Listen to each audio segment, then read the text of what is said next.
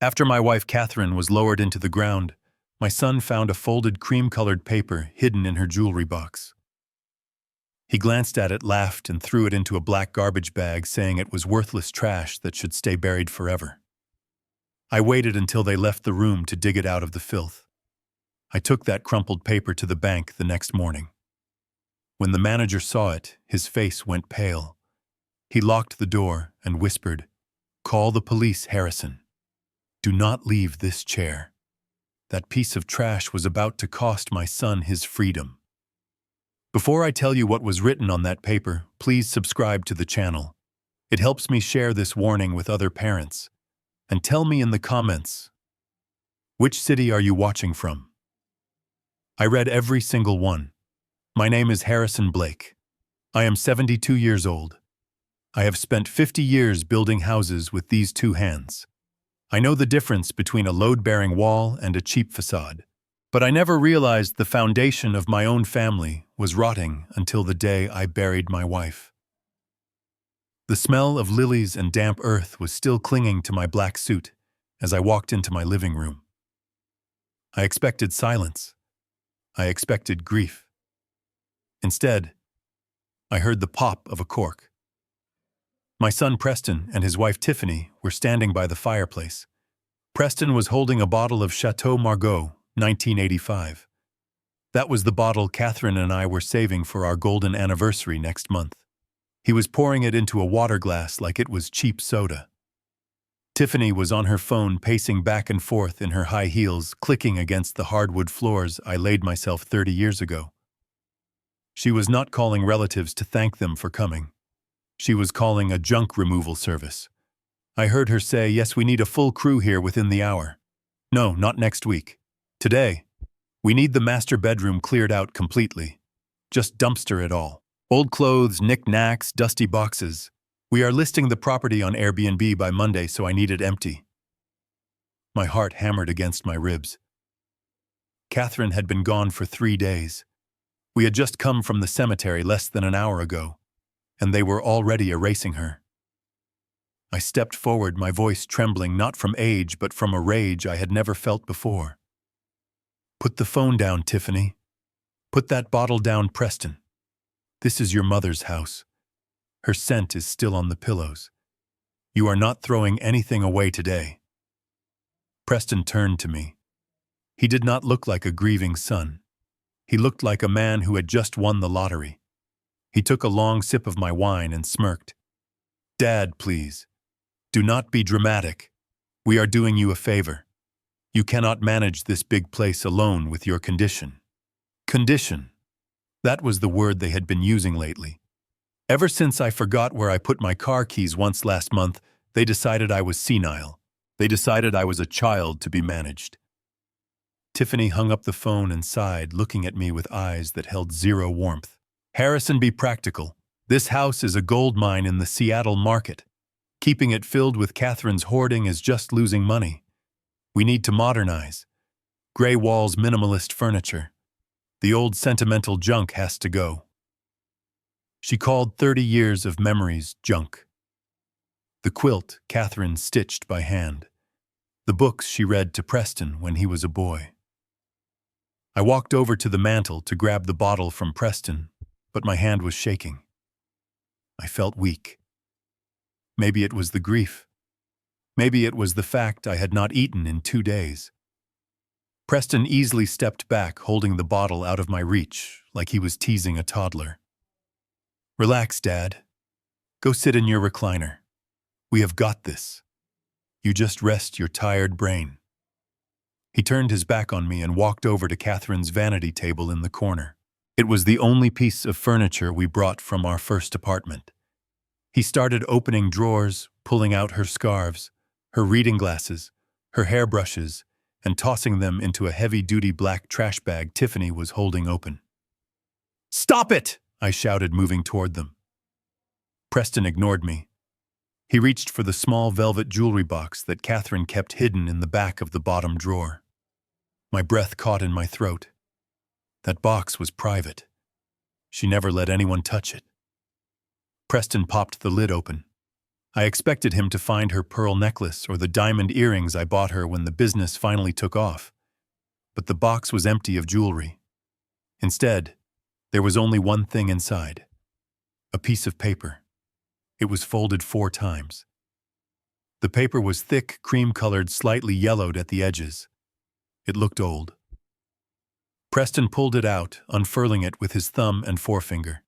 He squinted at it, reading the handwritten text scrawled across the center. "What is this?" he muttered. Tiffany leaned over his shoulder, wrinkling her nose. "It looks like another one of her church donation receipts. Or maybe some old grocery list." God, she kept everything. Preston laughed, a dry, cruel sound. "Access code 8821. Project Phoenix," he read aloud, his voice dripping with mockery.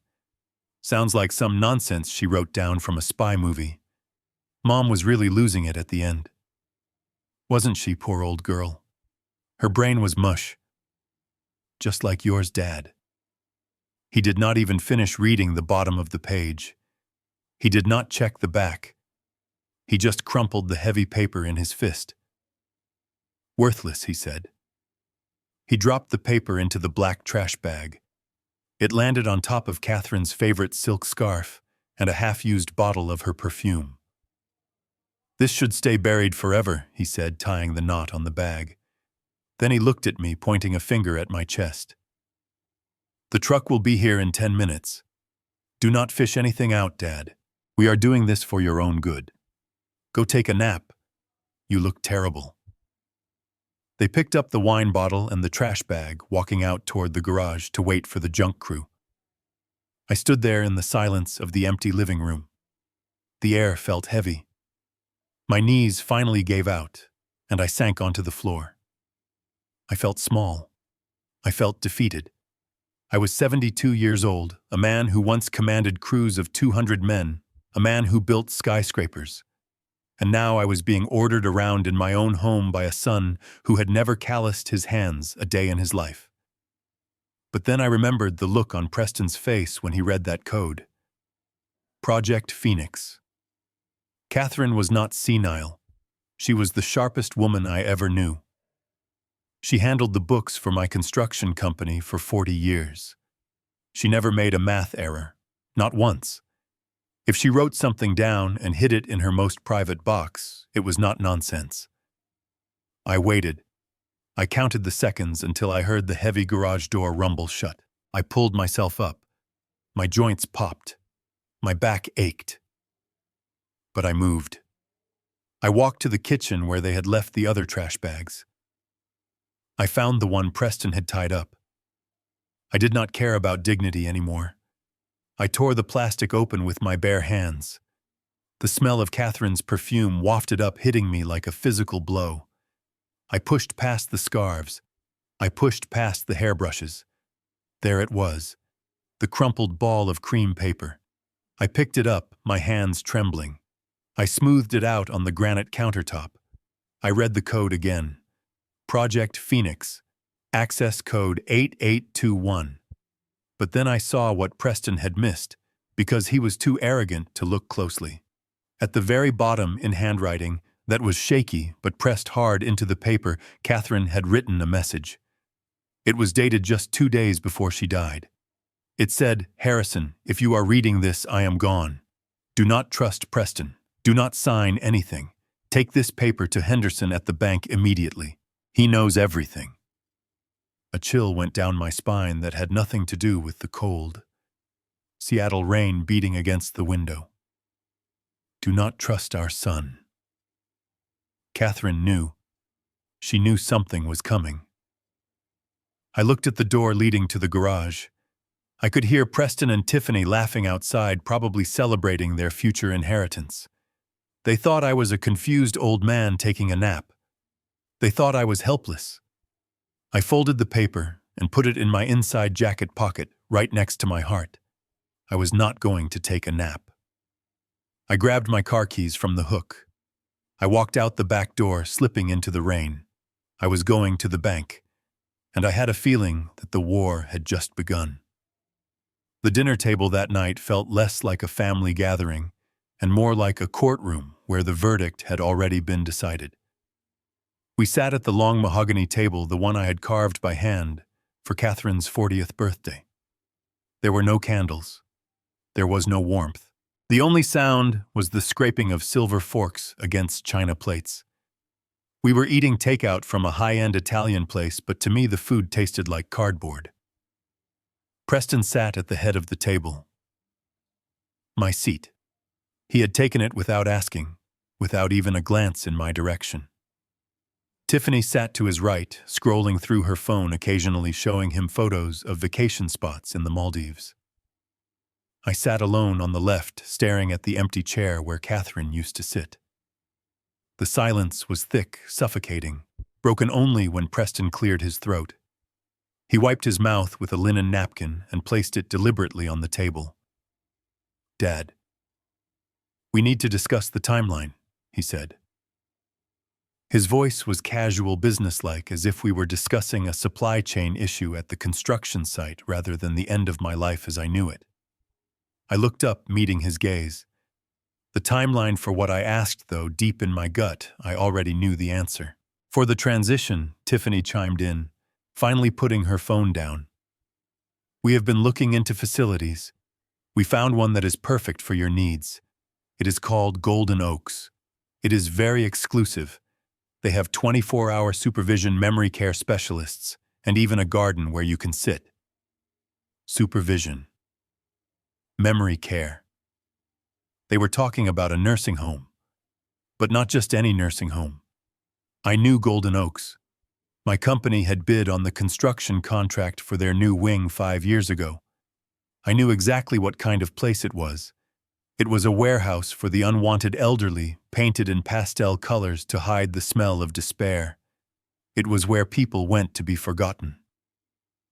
"I am not going to a home," I said, my voice steady despite the trembling in my hands. "I am perfectly capable of living in my own house. I built this house. I know every wire, every pipe, every beam. I am not leaving it." Preston sighed, a long, exaggerated sound that signaled his patience was wearing thin. "Dad, be realistic. You are forgetting things. You are getting confused.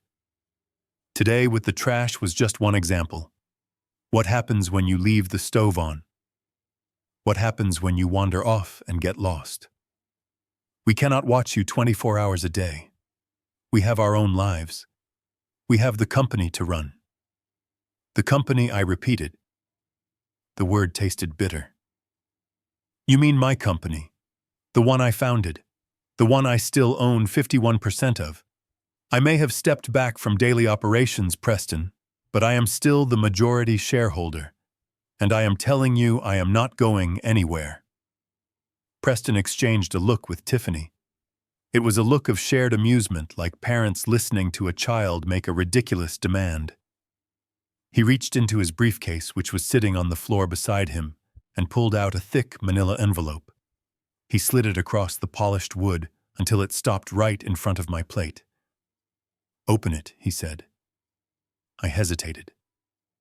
The envelope felt heavy, ominous. I opened the clasp and pulled out the documents inside. The first page was a medical evaluation. It was dated 3 weeks ago. It had my name on it. It had my date of birth. And at the bottom, signed by a doctor I had never met, was a diagnosis. Advanced dementia. Competency denied. I stared at the words. I read them again. I had not seen a doctor in 6 months aside from my cardiologist for a routine checkup. I had never taken a cognitive test. "This is a lie," I whispered. "I never saw this doctor. This is a fabrication." Preston took a sip of his wine, looking bored. "Dr. Sterling is a very respected specialist, Dad. He reviewed your file. He spoke with us about your behavior. His professional opinion is that you are no longer capable of making financial or personal decisions. That report is already filed with the court." He leaned forward, his eyes locking onto mine. There was no love in them. There was no concern. There was only cold, hard calculation. "Based on that report," he continued, "the court has granted me emergency guardianship. It means I make the decisions now. I decide where you live. I decide what happens to your assets. And I decide what happens to your shares in the company. My blood ran cold. Guardianship. It was the legal equivalent of being erased. If this stood, I would have no rights. I could not access my bank accounts. I could not hire a lawyer. I could not even choose what I ate for breakfast. I would be a prisoner in a system designed to strip me of everything. And as for the 51%, Tiffany added, smiling sweetly, as your guardian Preston will be managing that for you. We have already found a buyer for the company, a conglomerate from Chicago. They are offering a very generous buyout. We signed the papers on Friday. Friday. That was 2 days away. You are selling the company, I choked out. You are selling Blake Construction. 3 generations of sweat and blood. You are selling it to strangers. We are cashing out, Dad, Preston corrected. The industry is changing. We want to enjoy our lives. We want to travel. We do not want to be tied down to concrete and contracts like you were. With the money from the sale and the house, we will be set for life. And you will be taken care of at Golden Oaks. It is a win-win. He made it sound so simple, so logical. He was stealing my life's work, stealing my home and locking me away, and he called it a win-win. I looked at the medical report again. I looked at the signature. I knew how much a report like this cost. I knew there were doctors who would sign anything for the right price. My son had not just betrayed me. He had orchestrated a coup. He had been planning this for months, maybe years. While Katherine was dying, while I was grieving, he was buying doctors and lining up buyers. I stood up. My chair scraped loudly against the floor. I will not let you do this, I said. I will fight you. I will go to the police. Preston laughed. It was a genuine laugh this time, loud and echoing in the empty dining room. Who are they going to believe, Dad? The successful CEO with a court order and a medical report from a top specialist, or the confused, grieving old man who keeps old trash in his pockets? He pointed at my chest, at the pocket where the cream-colored paper was hidden. Go to bed, old man. The movers come tomorrow at 8. Pack a small bag. Just the essentials. We will handle the rest. He turned back to his meal, dismissing me as if I were already gone. Tiffany picked up her phone again, typing rapidly. Probably booking their first-class tickets to the Maldives. I stood there for a moment watching them. The people I had fed, clothed, and protected. The son I had taught to ride a bike. The son I had walked through the framing of his first house. He was gone. The boy I loved was dead. Sitting in his place was a stranger with a hollow heart. I turned and walked out of the dining room. I did not go to my bedroom. I went to the study. I locked the door behind me, though I knew locks meant nothing to them now. I sat at my desk, my hand trembling as I reached into my pocket. I pulled out the paper Katherine had left me. I smoothed it out under the desk lamp. Access code 8821. Preston thought he had won. He thought he held all the cards. He had the medical report. He had the court order. He had the strength of youth and the arrogance of the wicked. But he did not have this paper. He did not know what Katherine knew. He did not know that his mother, the quiet woman who baked cookies and knitted quilts, was the only reason he was not already in prison. She had protected him. She had hidden his sins. But in her final days, she had realized that protecting him meant destroying me. And she had made a choice. I looked at the clock on the wall. 7 p.m. The bank opened at 9 a.m. I had 14 hours. 14 hours to survive in a house with 2 predators. 14 hours to hold on to my sanity. I folded the paper carefully and put it back in my pocket. I would not pack a bag for Golden Oaks. I would not pack a bag at all. Tomorrow I was not going to a nursing home. I was going to war. And as I stared at the photo of Katherine on my desk, I made a vow. I would not let them sell my company. I would not let them take my home. And I would certainly not let them think that Harrison Blake was a man who went down without a fight. I turned off the lamp and sat in the darkness, clutching the paper like a weapon. The enemy was not at the gate. The enemy was sleeping down the hall. But come morning, they would learn that even a confused old man could still bring the whole house down. I parked my truck 3 blocks away from the First National Bank. I did not want anyone to see my license plate. The rain was still falling, a relentless gray drizzle that soaked through my coat as I walked with my head down. I kept my hand over my chest, protecting the pocket where the cream-colored paper lay against my heart. It felt hot like a burning coal. The bank was a building I knew well.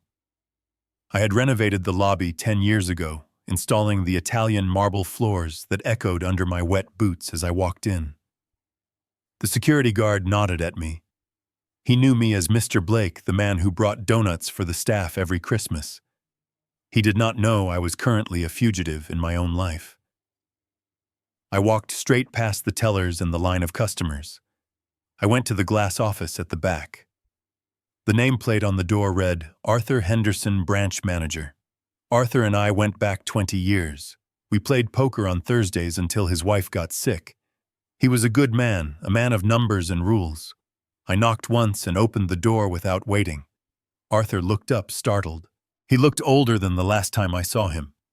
His hair was thinner, and there were dark circles under his eyes. Harrison, he said, half rising from his chair. I was so sorry to hear about Katherine. I meant to come to the service, but with the quarter closing, things have been chaotic. I closed the door behind me and locked it. The click of the lock sounded loud in the quiet office. Arthur's eyes widened. He sat back down slowly. It is not a social call, Arthur, I said, sitting in the leather chair opposite him. I need you to look at something, and I need you to tell me the truth. Not the banker truth, the poker table truth. I reached into my pocket and pulled out the paper. It was wrinkled and stained with coffee grounds from the trash, but the code was still clear. I smoothed it out on his pristine mahogany desk. Katherine left this for me, I said. She said you would know what it means. Arthur looked at the paper. He adjusted his glasses. When he saw the words Project Phoenix and the code 8821, he did not look confused. He flinched. It was a small reaction, a tightening of the jaw, but I saw it. He looked up at me, and for the first time in 20 years, I saw fear in his eyes. Where did you get this? He whispered. Does it matter? I asked. Just type it in, Arthur. Katherine said it was important. He hesitated. His hand hovered over his keyboard. He looked at the door I had locked, then back at me. He took a deep breath and began to type. Click, click, click. He hit enter. I watched his face. I expected him to tell me it was a secret savings account. Maybe an insurance policy Katherine had hidden away for a rainy day. I was hoping for a miracle. Instead, I watched the blood drain from Arthur's face until he was the color of ash. A red light on his desk phone started blinking silently. He ignored it. He stared at the screen, his mouth slightly open. Oh my God, he breathed. Harrison, you did not know. Know what I demanded, leaning forward. Is it money? Did she leave me money? Arthur looked at me with an expression of pure pity. It was the same look the doctor gave me when he told me Katherine had cancer. No, Harrison. This is not a savings account. This is a tracking number for a cross-collateralized loan obligation. It is a debt file. Debt. I frowned. That is impossible. The house is paid off. The company has zero liabilities. I made sure of that before I stepped down. Katherine handled the books. We were debt-free. Arthur turned the monitor around so I could see. I did not understand the banking codes, but I understood the numbers in the bottom right corner. They were red, And there were a lot of zeros. $12 million. My heart stopped. The room started to spin. 12 million, I gasped. How Arthur began to speak rapidly, his voice low and urgent. Project Phoenix is a shadow corporation. It was set up 3 years ago. It used your personal assets as leverage to secure high-risk loans from private equity groups. Not normal banks, Harrison. Sharks. They used the house. They used your pension fund. They used the heavy machinery and the land deeds of Blake Construction as collateral. He clicked a few more keys, opening a document. And here is the worst part. The loans were authorized by the primary account holder. You. He pointed to a signature on the screen. It was my signature. The loops of the H, the sharp cross of the B. It looked exactly like mine. But I had never signed this. I had never seen this document in my life. I did not sign that, I said, my voice rising. That is a forgery. Arthur looked at me sadly. It was notarized, Harrison, by a notary who works for your son's legal team. And look at the cosigner. I looked. Below my fake signature was a real one. Preston Blake. Preston, I whispered. He has been bleeding the company dry, Arthur explained. He made bad bets on cryptocurrency and foreign real estate. When he lost the initial capital, he started borrowing against the company to try and win it back. He kept doubling down. This $12 million, it is due in full on Friday. If it is not paid, the creditors seize everything. The house, the company, your personal savings, everything. The puzzle pieces slammed together in my mind. The rush to sell the company. The rush to sell the house. The rush to put me in a nursing home and declare me incompetent. He is not selling the company to retire, I realized. He is selling it to cover the theft before the deadline. He is trying to cash out and run before the house of cards falls, and he needs me out of the way so I cannot stop the sale. Arthur nodded grimly. And if he sells the company on Friday, the new owners will inherit the debt. When they find out, they will sue. But Preston will be gone. And you, since your name is on the primary loan, you will be the one facing federal prison for fraud. I sat back, feeling like I had been punched in the gut. My son was not just greedy. He was framing me. He was going to let his father die in prison to save his own skin. Suddenly, Arthur's desk phone rang. It was a harsh, shrill sound in the quiet office. Arthur jumped. He looked at the caller ID. His eyes went wide. He looked at me, panic rising in his chest. "It is the private client line," he whispered. "It is Preston." "Do not answer it," I said. "I have to," Arthur stammered. "If I do not, he will know something is wrong. He tracks the GPS on your phone, Harrison. He knows you are here." He picked up the receiver before I could stop him. His hand was shaking. "Mr. Blake," Arthur said, his voice cracking slightly. "Good morning." I could hear Preston's voice on the other end. It was loud, aggressive. I could hear the distortion, but I could make out the words. "Is he there, Arthur?" "Is my father in your office?" Arthur looked at me. I shook my head desperately. Arthur hesitated. He looked at the screen with the $12 million debt. He looked at his old friend. But then he looked at the security camera in the corner of the ceiling. "Yes," Arthur said, his voice dropping to a whisper. "Yes, Mr. Blake. He is here." I felt betrayed. My stomach turned. Arthur was selling me out.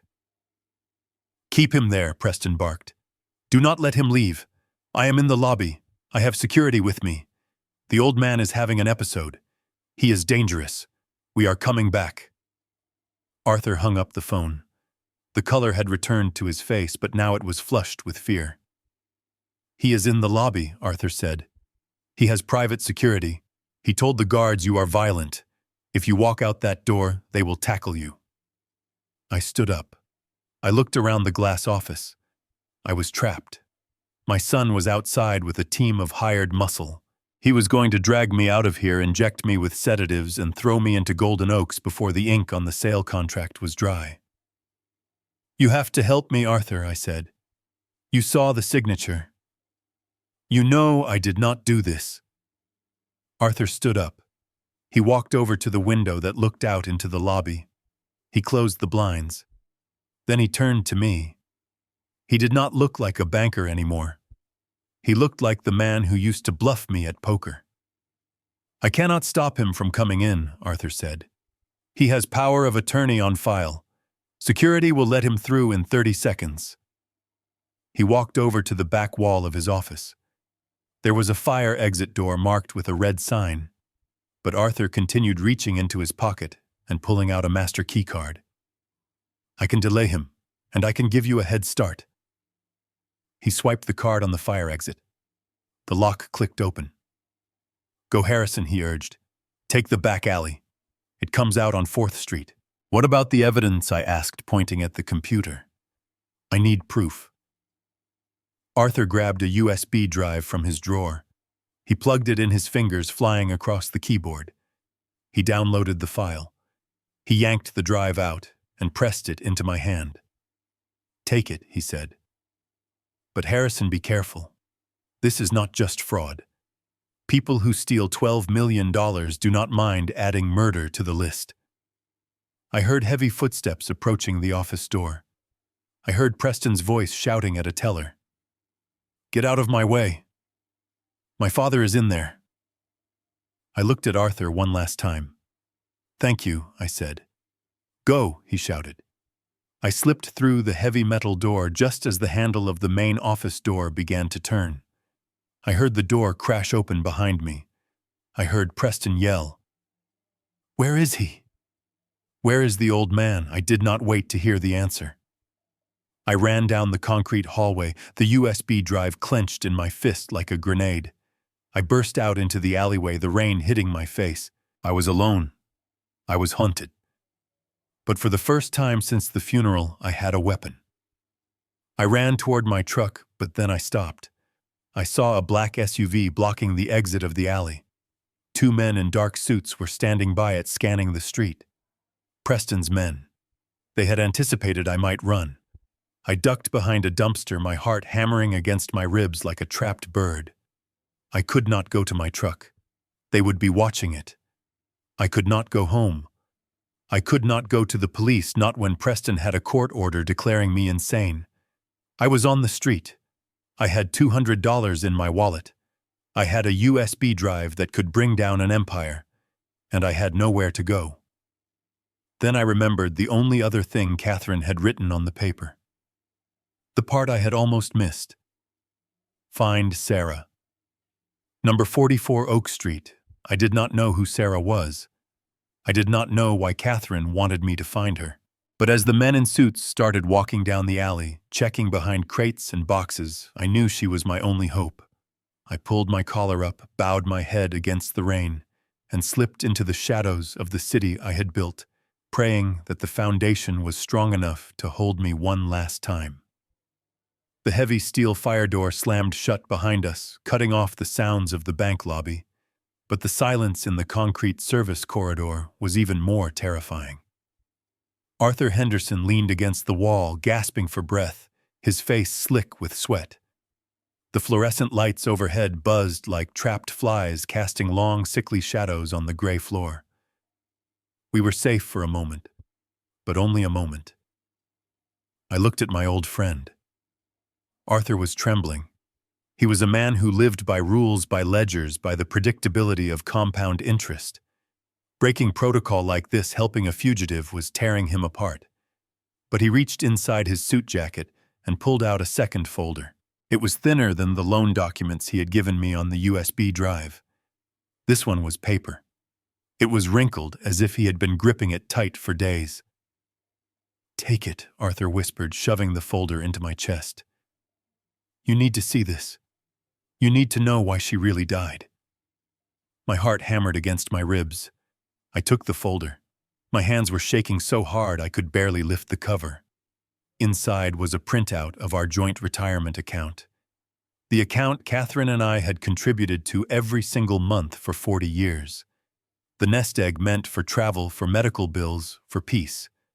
I looked at the balance. 0. A single transaction had drained the entire account. $500,000. Transferred to an offshore entity. The date on the transaction was Tuesday. 3 days ago. Tuesday, I whispered the word, catching in my throat. That was the day Katherine died. Arthur grabbed my arm, his grip painful. She was here, Harrison. She came in on Tuesday morning. She had found out about the loans against the house, but she did not know about the cash accounts. She came to check the balance. She wanted to withdraw everything to hide it from Preston. He paused, swallowing hard tears welling up in his eyes. But it was already gone. When I told her the balance was 0, she collapsed in the chair. She could not breathe. But that is not what killed her, Harrison. It was what happened next. I stared at him, dread pooling in my stomach like ice water. What happened next? Preston came in, Arthur said, his voice dropping to a horrifying whisper. He had been tracking her phone. He walked right into my office. He did not help her. He did not call 911.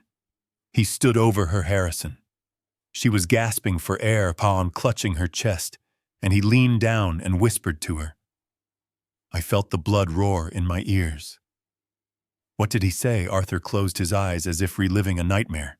He told her that if she told you, if she went to the police, he would ruin you. He told her he had already signed the papers to have you committed. He told her that you were the one who authorized the transfers, that he had forged your signature so well that you would go to prison for embezzlement. He told her that her choice was simple. Die quietly and let him take the money, or live and watch her husband die in a jail cell. I staggered back, hitting the cold concrete wall. The world tilted on its axis.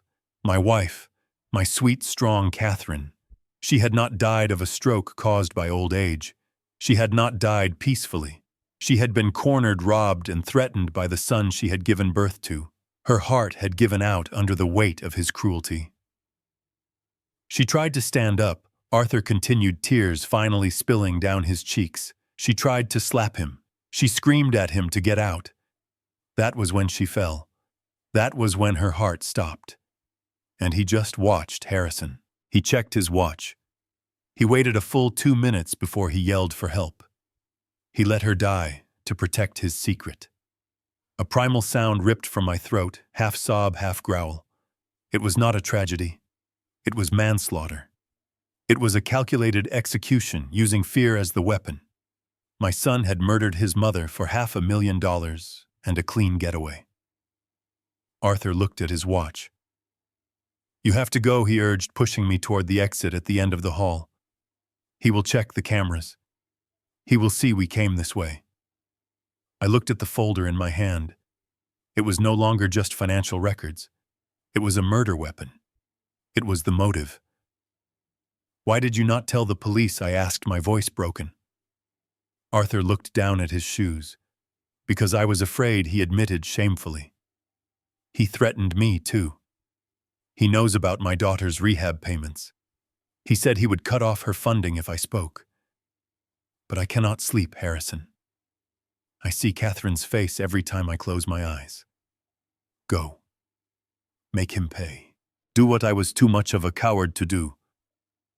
He shoved the heavy metal bar of the exit door. The gray light of the alley spilled in along with the sound of the relentless Seattle rain. Run, Harrison, Arthur shouted. I stumbled out into the alley. The door clanged shut behind me, sealing my friend back inside his prison of guilt. I stood alone in the narrow space between two brick buildings. The rain soaked through my shirt, instantly mixing with the cold sweat on my skin. I looked down at the papers in my hand. The ink was starting to blur from the raindrops, so I quickly shoved them deep inside my jacket, next to the cream-colored paper Katherine had left. I looked up at the strip of gray sky. I let the rain wash over my face, hoping it would wash away the image Arthur had planted in my mind. The image of Preston checking his watch while his mother died. The image of him whispering threats into the ear of a dying woman. I had thought I was fighting a thief. I had thought I was fighting a greedy child who wanted his inheritance early. I was wrong. I was fighting a monster. A sociopath who had weighed the life of his mother against a ledger and decided she was a liability to be liquidated. Rage, hot and blinding, replaced the fear in my veins. The trembling in my hands stopped. My heart, which had been racing with panic, settled into a slow, heavy rhythm. Thud, thud, thud. It was the rhythm of a war drum. I was 72 years old. I had no home. I had no money. I had a fugitive warrant likely being typed up right now. But I had the truth. I pulled my collar up against the wind. I was not just running away anymore. I was hunting. Preston Blake had made a mistake. He thought killing Katherine would silence her. He thought destroying me would erase the evidence. But he forgot one thing. He forgot that I was the one who taught him how to build things. And I knew exactly how to take them apart, brick by bloody brick. I turned and walked into the shadows of the alley, leaving the weeping Harrison Blake behind. The man who emerged onto the street was someone else entirely. Someone who would not stop until justice was served cold and hard as the pavement under my feet. The hunt was on. It took me an hour to get back to my neighborhood. I had to take 3 different buses and walk the last mile in the rain to make sure I was not being followed. I was soaked to the bone, shivering and exhausted. But as I turned the corner onto my street, the adrenaline kicked in again. I saw my house. The house I had designed on a napkin 40 years ago. The house where I raised my son. But it did not look like my home anymore. It looked like a crime scene.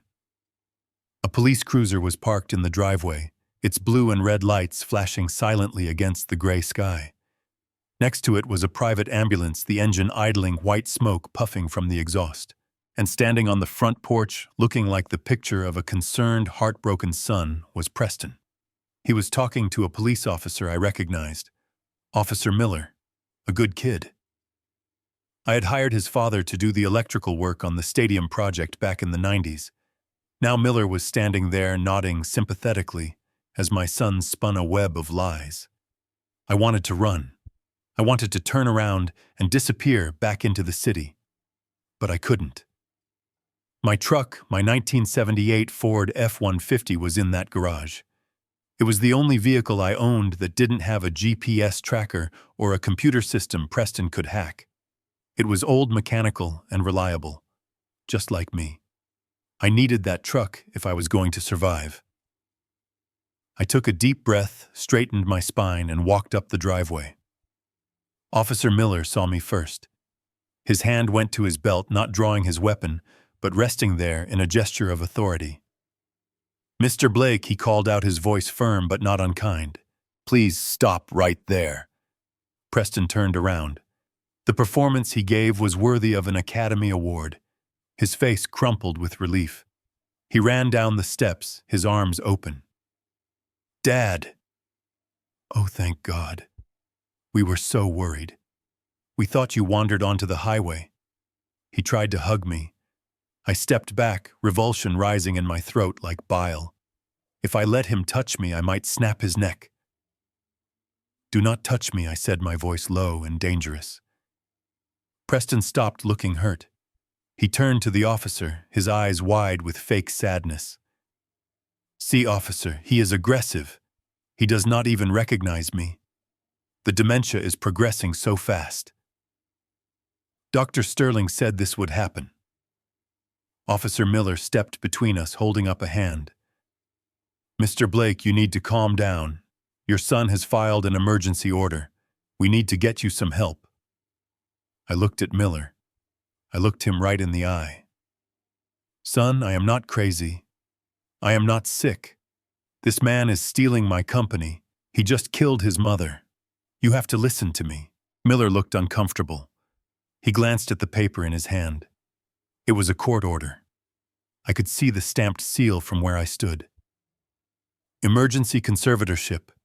Immediate custody. I am sorry, Mr. Blake Miller said gently, but the judge has signed the order. Legally, Preston is your guardian now. He says you are a danger to yourself. We have an ambulance here to take you to a facility where you can be safe. Two men in white uniforms stepped out of the back of the ambulance. They were big men. They did not look like nurses. They looked like bouncers. They started walking toward me carrying a restraint strap. I looked at Preston. He was standing behind the officer, and for a split second, the mask slipped. He smiled, a cold, triumphant smirk that said, "I won." I realized then that I could not talk my way out of this. Logic would not work. The law was on his side because he had bought the law. If those men got their hands on me, I would wake up in a padded room at Golden Oaks heavily sedated, and I would never see daylight again. I had to play his game. I let my shoulders slump. I let my face go slack. I grabbed my chest, letting out a small, breathless gasp. "Okay," I whispered, my voice trembling. "Okay. You win." I am confused. I just want to rest." Preston nodded, stepping forward again. "That is good, Dad. Just get in the ambulance. We will get you nice and warm." "I will," I said, leaning against the hood of the police car as if I could barely stand. "But please, my heart pills." I left them in the garage. On the workbench. I feel tight. I squeezed my eyes shut, grimacing. Officer Miller looked alarmed. He looked at Preston. "Does he have a heart condition?" Preston hesitated. He knew I took medication for blood pressure, but he did not know where I kept it. If he said no and I had a heart attack right here, it would look bad. "Yeah, he takes pills," Preston said quickly. "I will go get them." "No," I wheezed. "You do not know which ones. The blue bottle. In the lockbox. Only I know the combination. Please, just let me get them. It is right there." I pointed to the side door of the garage just 10 feet away. Officer Miller looked at the paramedics, then at me. He saw a frail, wet, defeated old man on the verge of collapse. "Let him get his pills," Miller said. "I will go with him." Preston narrowed his eyes. He didn't like it. But he couldn't argue with the police in front of witnesses. "Fine," Preston snapped. "But hurry up." I shuffled toward the garage door, dragging my feet. Miller walked right behind me. I opened the side door and stepped into the cool, dark smell of motor oil and sawdust. It was my sanctuary. The moment I crossed the threshold, I stopped acting. My 1978 Ford F-150 was parked in the center bay. It was a beast of a truck, heavy steel, lifted tires, a brush guard on the front that could knock down a brick wall. And unlike modern cars, you didn't need a fob to start it. You just needed the key, which I always left in the ignition because I never thought my own family would be the ones coming for me. "Mr. Blake, where are the pills?" Miller asked, looking around the workbench. "I am sorry, son," I said. I moved with a speed that surprised both of us. I slammed the side door shut and threw the deadbolt. Miller shouted from the outside, pounding on the door. I sprinted to the truck. I yanked the driver's door open and vaulted into the seat. I turned the key. The V8 engine roared to life with a thunderous growl that shook the tools on the walls. It was the sound of raw power. I looked through the windshield. The main garage door was closed. It was a heavy reinforced door. I shifted into reverse. I gunned the engine. Outside I could hear Preston screaming. He must have heard the engine. I did not hesitate. I did not think about the property damage. I thought about Katherine. I thought about the $12 million. I thought about the freedom I was about to lose. I slammed my foot onto the gas pedal. The truck surged backward. The tires squealed on the concrete. The rear bumper hit the garage door with the force of a battering ram.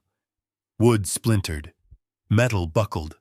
The door was ripped off its tracks with a deafening crash. I flew out of the garage in a shower of debris, the truck landing hard on the driveway. I saw Officer Miller dive out of the way. I saw the two paramedics scrambling for safety. And I saw Preston. He was standing near the ambulance, his mouth hanging open, his face pale with shock. I shifted into drive. I looked him right in the eye through the rain-streaked window. "I am not done yet, boy," I muttered. I floored it. The heavy tires tore up the perfectly manicured lawn Preston cared so much about. I clipped the side mirror of his expensive luxury sedan, sending it flying into the bushes. "Stop!" Police Miller shouted, reaching for his radio. But it was too late. I was already doing 40 miles per hour down the residential street. The old Ford roared like a lion released from a cage. I did not look back. I did not look at the house I would probably never see again. I turned onto the main road, merging into traffic, disappearing into the gray flow of the city. My heart was pounding, not from a heart attack, but from the wildest rush of adrenaline I had felt in decades. I was homeless. I was a fugitive. But I was free. And I had a full tank of gas. I reached into my pocket to make sure the papers were still there. They were. Next stop, Sarah. Whoever she was about to get a very unexpected visitor. The adrenaline that had fueled my escape finally burned out, leaving me shivering in a desolate truck stop on the edge of the city. I parked my Ford between two massive 18-wheelers, hoping their bulk would hide my old pickup from the road. The rain was unrelenting. It hammered against the metal roof of the cab, like handfuls of gravel, a constant deafening reminder that I was outside, exposed, and entirely alone. I turned off the engine. The silence that followed was heavy and cold. The heater fans spun down, and within minutes, the damp chill of the Seattle night began to creep through the door, seals settling into my bones. I sat there in the dark, gripping the steering wheel, until my knuckles turned white, waiting for sirens. Waiting for Preston. But there was nothing. Just the rhythmic sweep of the wipers on the trucks next to me and the distant hum of the highway. I needed to take stock of my life. I turned on the dim dome light, the yellow bulb casting long, eerie shadows across the cab. I pulled out my wallet. It was made of fine Italian leather, a gift from Katherine 3 Christmases ago. Now it felt like a relic from a dead civilization. I opened it. $212. That was it. That was the sum total of my liquid assets. My credit cards were in there, platinum and black cards with limits high enough to buy a small house, but they were useless pieces of plastic now. Preston would have flagged them the moment I drove off. If I used them, I might as well send up a flare. I took the cards out, one by one, and snapped them in half. It hurt to do it. Each snap felt like I was breaking a connection to the man I used to be. The man who ordered wine without looking at the price. The man who tipped waiters $50. That man was gone. Then there was the phone. It sat on the passenger seat, black and sleek. It was vibrating every few seconds. Messages from Preston. Messages from Tiffany. Maybe even messages from the police. It was not a phone anymore. It was a tracking device. I picked it up. My thumb hovered over the screen. I wanted to call someone. Anyone. I wanted to call my lawyer, but Preston had probably fired him already. I wanted to call my friends, but what would I say? That I was a fugitive sleeping in a truck, that my son was a thief and a killer. They would think I had lost my mind, just like the court order said. I powered it down. I used the small pin from my lapel to pop the SIM card tray open. I took the tiny chip the size of a fingernail and dropped it into the ashtray. Then I rolled down the window an inch and shoved the phone through the crack. It fell into a puddle of oil and rainwater on the asphalt. I was now completely off the grid. I leaned back against the headrest and closed my eyes. The reality of my situation crashed down on me with the weight of a collapsing roof. I was 72 years old. I had a bad back. I had high blood pressure, and I was homeless. My stomach rumbled a sharp, twisting pain. I had not eaten since breakfast. The hunger was not just physical, it was humiliating. Yesterday, I was the patriarch of the Blake family. Tonight, I was eyeing a half-eaten bag of stale crackers I had left in the glove compartment 6 months ago. I ate them. They tasted like dust and cardboard, but I swallowed them down, washing them away with a sip of lukewarm water from an old bottle rolling around on the floor. As the sugar from the crackers hit my blood, the tears finally came. They did not come with sobbing or wailing. They just leaked out of my eyes, hot and stinging. I missed Katherine. I missed her so much it felt like a physical hole in my chest. If she were here, she would know what to do. She would tell me to be brave. She would hold my hand and tell me that we had started with nothing before and we could do it again. But she was not here. She was in a cold grave and I was in a cold truck. The temperature dropped. I wrapped my coat tighter around myself, but the dampness was relentless. My knees ached, my hip throbbed. Every injury from 50 years of construction work came back to haunt me all at once. A dark thought whispered in my ear. It was the voice of weakness, the voice of a tired old man. "Go back," the voice said. "Just go back. Tell Preston you were confused. Tell him you had a panic attack. He will win. He will sell the company. He will put you in Golden Oaks. But at least you will be warm. You will have a soft bed. You will have hot food." Is that so bad? Is fighting really worth dying of pneumonia in a parking lot? My hand moved toward the ignition key. It was so tempting. Just to surrender. To admit that I was too old for this fight. To accept that the world belonged to the young and the ruthless now. I gripped the key. I could be home in 20 minutes. I could be warm. But then the image of Arthur Henderson's face flashed in my mind. The terror in his eyes when he talked about Katherine's death.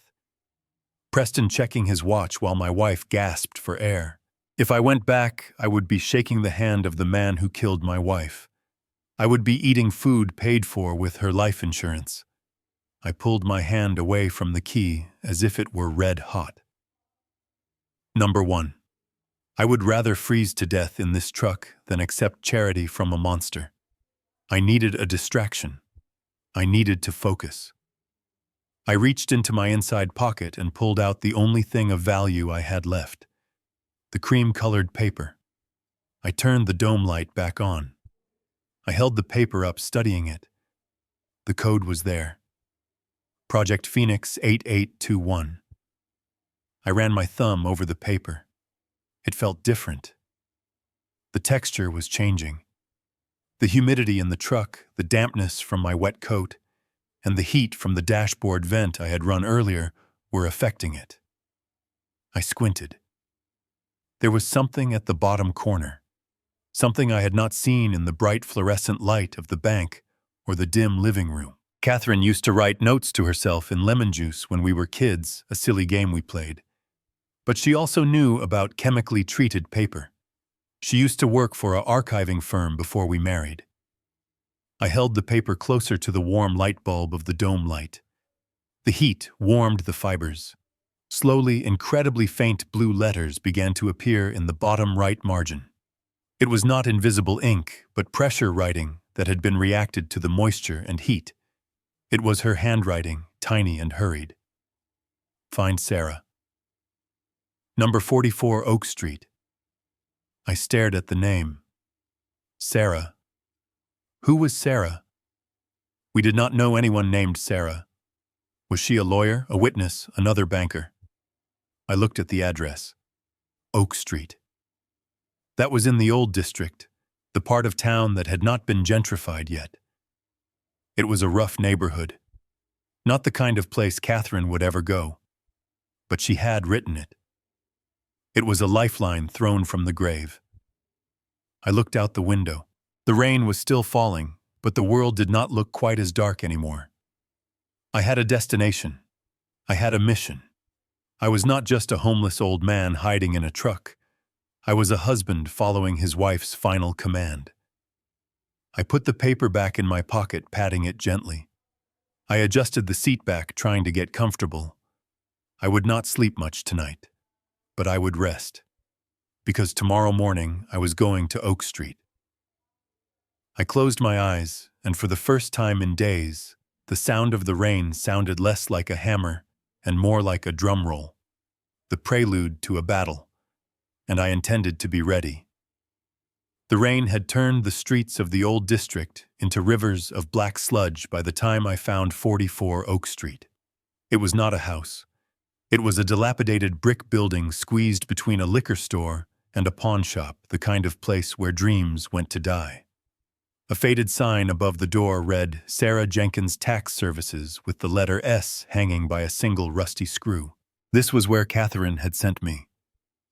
This was my last hope. I parked the truck in the alley hidden behind a dumpster overflowing with wet cardboard. I pulled my collar up and stepped out, the cold biting at my exposed skin. I checked the street. No black SUVs, no police cruisers. Just a stray dog scavenging for food and the distant wail of a siren that made my heart skip a beat. I walked to the door and knocked. The sound was hollow, swallowed by the heavy timber. I waited. Nothing happened. I knocked again, harder this time, desperation lending strength to my tired arm. A voice came from behind the door, muffled and suspicious. "We are closed. Go away." I leaned close to the wood. "My name is Harrison Blake. Katherine sent me." There was a long silence. Then came the sound of chains rattling and deadbolts sliding back. The door opened a crack held by a security chain. A woman peered out. She was younger than I expected, maybe in her early 30s, but her eyes were old. They were tired, cynical eyes framed by dark circles and messy brown hair pulled back in a hasty bun. She wore an oversized sweater and held a cigarette in one hand, the smoke drifting out into the rain. "Harrison Blake," she repeated, looking me up and down. "You look like hell, Mr. Blake." "I feel like hell," I admitted. "Please. I have nowhere else to go." She hesitated, scanning the street behind me with the practiced paranoia of someone who is used to looking over her shoulder. Then she unhooked the chain and pulled the door open. "Get in, quickly." I stepped inside. The office smelled of stale coffee, cigarette smoke, and old paper. It was a single room cluttered with stacks of files, boxes of receipts, and 3 computer monitors glowing in the corner. It was a far cry from the glass-walled office at the bank, but right now, it felt like a fortress. Sarah locked the door behind us, throwing 3 different bolts. She led me to a worn-out armchair in the corner, sweeping a pile of tax forms onto the floor. "Sit," she commanded. She sat in her swivel chair, spinning around to face me. She took a drag of her cigarette and blew the smoke toward the ceiling. "So, Katherine is gone." "Yes," I said, the grief hitting me again like a physical blow. "She died 3 days ago." Sarah nodded slowly. She did not offer condolences. She just looked at the ash on her cigarette. "She was a good woman. She was the only one who sent me a Christmas card every year, even after everything fell apart." She looked at me sharply. "Why are you here, Harrison?" "Katherine told me years ago that if you ever showed up at my door, it meant the worst had happened." "It has," I said. "My son, Preston. He has taken everything. The house, the company. He has filed a court order declaring me incompetent, and he has taken out $12 million in loans against my name." Sarah laughed. It was a dry, humorless sound. "Of course he has. That sounds exactly like the Preston I remember." "You know him?" I asked, surprised. Sarah crushed her cigarette out in an overflowing ashtray. She leaned forward, her eyes hardening. "Know him, Mr. Blake? Look around you. Do you think I always worked in a dump like this? 5 years ago, I was a senior forensic auditor for one of the biggest firms in Chicago. I was on the fast track to partner. Then I found a discrepancy in the books of a construction conglomerate. A series of shell companies moving millions of dollars into offshore accounts. I reported it. I did my job. She paused, her jaw tightening. 2 days later, I was fired. They said I violated client confidentiality. They planted evidence on my computer. I lost my license. I lost my reputation. I lost my fiancée. I was blacklisted. No one would hire me. I ended up here doing tax returns for strippers and bartenders just to pay the rent. She looked at me, her gaze piercing. The client I audited was a subsidiary of a holding company. And do you know who sat on the board of that holding company? Do you know who made the call to have me destroyed? I shook my head, though I was beginning to dread the answer. Preston Blake, she spat. Your son. He was the silent partner. He ruined my life to cover up a $4 million bribe to a zoning commissioner. I sat back, stunned. I knew Preston was greedy. I knew he was cruel. But I had not realized how far his reach extended. He had destroyed this young woman's life years ago, just like he was trying to destroy mine now. He is doing it again, I said, my voice low. But this time it is not just bribes. It is money laundering. He calls it Project Phoenix. Sarah froze. The color drained from her face. Project Phoenix, she whispered. Are you sure? I nodded. I reached into my pocket and pulled out the cream-colored paper. I handed it to her. She took it as if it were a bomb. She smoothed it out on her desk, pushing aside a half-empty cup of coffee. She turned on a desk lamp, examining the paper closely. She looked at the code. She looked at the hidden message in lemon juice. Then she opened a drawer and pulled out a magnifying glass. This is not just a note, she muttered, her fingers flying across a keyboard. She woke up her computer system. The screens flickered to life, displaying lines of code that meant nothing to me. Sarah placed the paper on a flatbed scanner. She scanned it at the highest resolution. The image appeared on her center monitor. She began to apply filters to the image. Contrast, inversion, thermal layering. Suddenly the screen changed. The handwriting on the paper disappeared. In its place was a complex grid of dots and lines hidden within the fibers of the paper itself. It was a watermark, a digital steganography code. Katherine, Sarah breathed, shaking her head in disbelief. You brilliant woman. She did not just write down a code. She embedded a digital key into the physical paper. What does it mean? I asked, leaning forward. Sarah typed rapidly. It is a decryption key, Harrison. It unlocks a private server. A server that does not officially exist. She hit enter. A loading bar appeared on the screen. My heart hammered in my chest. We were close. We were so close to the truth. The loading bar hit 100%. A login screen appeared. It was black with a single logo in the center. A red phoenix rising from ashes. Project Phoenix, I said. We found it. Sarah did not celebrate. She stopped typing. She sat back in her chair, her face pale. We found the door, Harrison. But we cannot open it. Why not? I asked. You have the code. You have the key. She pointed at the screen. Below the logo, a text box was flashing. But it did not ask for a password. It did not ask for a PIN. It asked for a biometric verification. Voice print required the screen read, or fingerprint scan. Identity primary administrator, Preston Blake. Sarah looked at me, her expression grim. This is a dead end, Harrison. To access this server to see where the money went and prove your innocence, we do not just need a hacker. We need Preston. We need his voice or his thumb. And considering he has a restraining order against you and a team of bodyguards, we might as well be trying to break into Fort Knox. I stared at the screen. The red phoenix seemed to mock me. We had the evidence, but it was locked behind a wall of technology I could not breach. I am not giving up, I said, though I felt the weight of defeat pressing down on me. There has to be a way.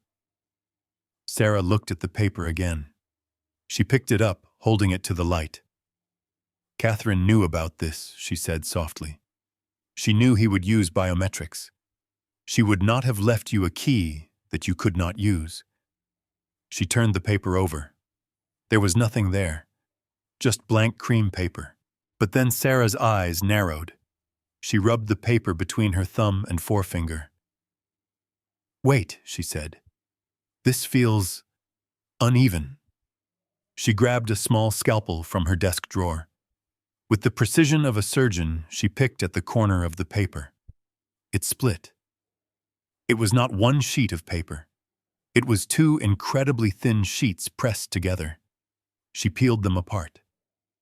Sandwiched between the layers was not another note. It was a thin, transparent film. A plastic strip. Sarah held it up to the light. On the strip pressed in ink that was almost invisible to the naked eye was a smudge, a loop, a whorl. It was a fingerprint. He must have touched the adhesive when he was setting up the files years ago, Sarah whispered. Catherine must have lifted it from his office. She kept his fingerprint. She placed the film on the scanner. She initiated a program. Digital reconstruction in progress, the computer announced. We watched the bar load. 10%. 50%. If this works, Sarah said, her voice trembling with a mix of fear and excitement, we can clone his print. We can bypass the security. We can see everything.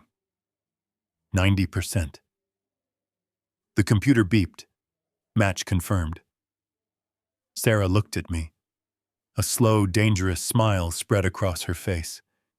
It was the smile of a woman who had been waiting 5 years for this moment. Harrison, she said, do you want to take down a billionaire? I looked at the screen. I looked at the woman who had lost everything because of my son. And I looked at my own hands, the hands that built houses now ready to tear one down. Let us burn him to the ground, I said. Sarah hit enter. The screen flashed green. Access granted. And then the files began to open. Thousands of them. Bank transfers, bribes, names of politicians, names of judges. And at the very top of the list, a folder titled Operation Friday Liquidation and Flight Plan. We were in. But as I read the first document, I realized that saving my company was the least of my worries. What Preston was planning for Friday was not just a sale, it was an explosion. And we were standing right in the blast zone. We drove to a 24-hour diner on the outskirts of the city, the kind of place where truck drivers and insomniacs go to hide from the world. The neon sign outside buzzed with a dying flicker, casting a sickly red glow over the wet pavement. Inside, the air smelled of grease-burnt coffee and desperation. We took a booth in the far corner, away from the windows. Sarah opened her laptop immediately, the screen glowing blue in the dim light. I ordered 2 black coffees, my hands wrapping around the warm ceramic mug to stop them from shaking. Sarah typed furiously, her eyes scanning lines of data that scrolled past faster than I could read. We had breached the server. We were inside Project Phoenix, but understanding what we were looking at was a different matter entirely. This is worse than I thought, Sarah murmured, taking a sip of coffee without looking away from the screen. Harrison, this is not just simple theft. This is a complete liquidation. Explain it to me, I said, leaning forward. Keep it simple. I know bricks and mortar, not forensic accounting. Sarah turned the laptop toward me. She pointed to a column of red numbers. See this? These are transfers. Every month for the last 2 years, Preston has been siphoning operating capital from Blake Construction. He started small. 50,000 here, 100,000 there. He categorized them as consulting fees or material costs for projects that never existed. I felt a knot tighten in my stomach. I trusted him. I signed those checks, or at least I thought I did. He was using digital forgeries even then, Sarah said grimly. But here is where it gets ugly. He was not spending the money on cars or vacations. He was funneling it into unregulated cryptocurrency exchanges. He was gambling Harrison. He was betting on volatile coins, thinking he could double the company's money and look like a genius. And he lost, I guessed. He lost everything, Sarah confirmed. He lost the initial $4 million in 6 months. That was when he started Project Phoenix. To cover the hole in the books, he took out the loans against your assets. He used the new money to try and win back the old money. It is the classic gambler's fallacy. And now the hole is $12 million deep. $12 million. The number echoed in my head. It was more than the company was worth. It was more than everything I had built in 50 years. But that is not the endgame, Sarah continued, her voice dropping lower. The loans are due on Friday. The creditors are not banks. They are private equity sharks. If they are not paid, they do not just foreclose. They break legs. Preston knows he cannot pay, so he has one final move left. She opened a new document. It was a contract. At the top in bold letters it read, Sale and Purchase Agreement. He is selling the company, I whispered. He is selling it to Apex Global, Sarah said. Your biggest competitor. And he is doing it for a fire sale price. $15 million. Just enough to pay off the sharks and keep a few million for himself to disappear with. I stared at the screen. Apex Global. They were a corporate giant known for buying family businesses, stripping them for parts, and firing the entire workforce. If they bought Blake Construction, my 200 employees, men and women I had known for decades, would be on the street in a month. And look at the date, Sarah said, tapping the screen. The closing is scheduled for Friday at noon. That is 36 hours from now. If he signs that paper, I said, the company is gone. The debt is paid, but the legacy is destroyed. No, Sarah corrected me sharply. It is worse than that. Look at Clause 14. Liabilities. Retained by seller. I squinted at the fine print. Preston has structured the deal so that Apex buys the assets, but the liabilities, specifically, the debt secured by personal guarantees, remain with the original owner. He is selling the buildings and the trucks, but he is leaving the debt with you. I sat back, the breath knocked out of me. He is going to take the $15 million cash pay himself and leave me with the $12 million debt, I realized. And since I am the primary guarantor, you go to prison for fraud, Sarah finished. And he walks away with a clean slate and a plane ticket to a country with no extradition treaty. I felt sick. It was evil. It was pure distilled evil. My son was not just sacrificing me. He was nuking my entire existence to save his own skin. We have to go to the police, I said, standing up. We have the files. We have the proof. Sit down, Harrison. Sarah hissed, grabbing my arm. We cannot go to the police. Not yet. Why not? This proves everything. Because this is digital evidence obtained illegally, she whispered fiercely. We hacked a private server. Any decent lawyer, and Preston has a team of them, will get this thrown out of court in 5 minutes. And even if they did investigate, a financial fraud case takes months to build. By the time the police freeze the assets, the sale will be over. Preston will be in the Cayman Islands, and you will be in a cell. I slumped back into the booth. So we are helpless. We just watch him burn it all down. Sarah chewed on her lip, thinking. Her eyes darted back and forth. We need something physical, she said. We need a way to stop the sale legally. Is there anything else? Does Preston have full authority? He has the power of attorney, I said bitterly. And the emergency guardianship. He is effectively me. But the company, Sarah pressed. Is there a corporate charter, a shareholder agreement, something that limits his power? I shook my head. Katherine and I were the only shareholders. When she died, her shares went to... I stopped. My heart skipped a beat. Katherine's shares, I whispered. What about them? Sarah asked. Katherine never trusted lawyers, I said slowly. a memory surfacing from the fog of grief. 20 years ago, when we incorporated, she insisted on a clause, a poison pill. We wrote a founder's agreement. It states that in the event of the death of one spouse, the surviving spouse must have the physical original share certificates to transfer ownership. And it says that if the surviving spouse is incapacitated, the shares automatically transfer to a blind trust, not to the next of kin. Sarah's eyes widened. That blocks the sale. If the shares are in a trust, Preston cannot sell the company. Apex Global would never sign a deal if the title is not clear. But we need the document. I said, the hope draining out of me. The original agreement. It was in the safe at the office. Preston has definitely destroyed it by now. Sarah looked at me intently. Think Harrison. Katherine left you that note. She hid the digital key in her jewelry box. Would she have left the most important document in an office safe where Preston could find it? I thought about Katherine. My clever, careful Katherine. She knew Preston was snooping. She knew he was dangerous. No, I said. She would not.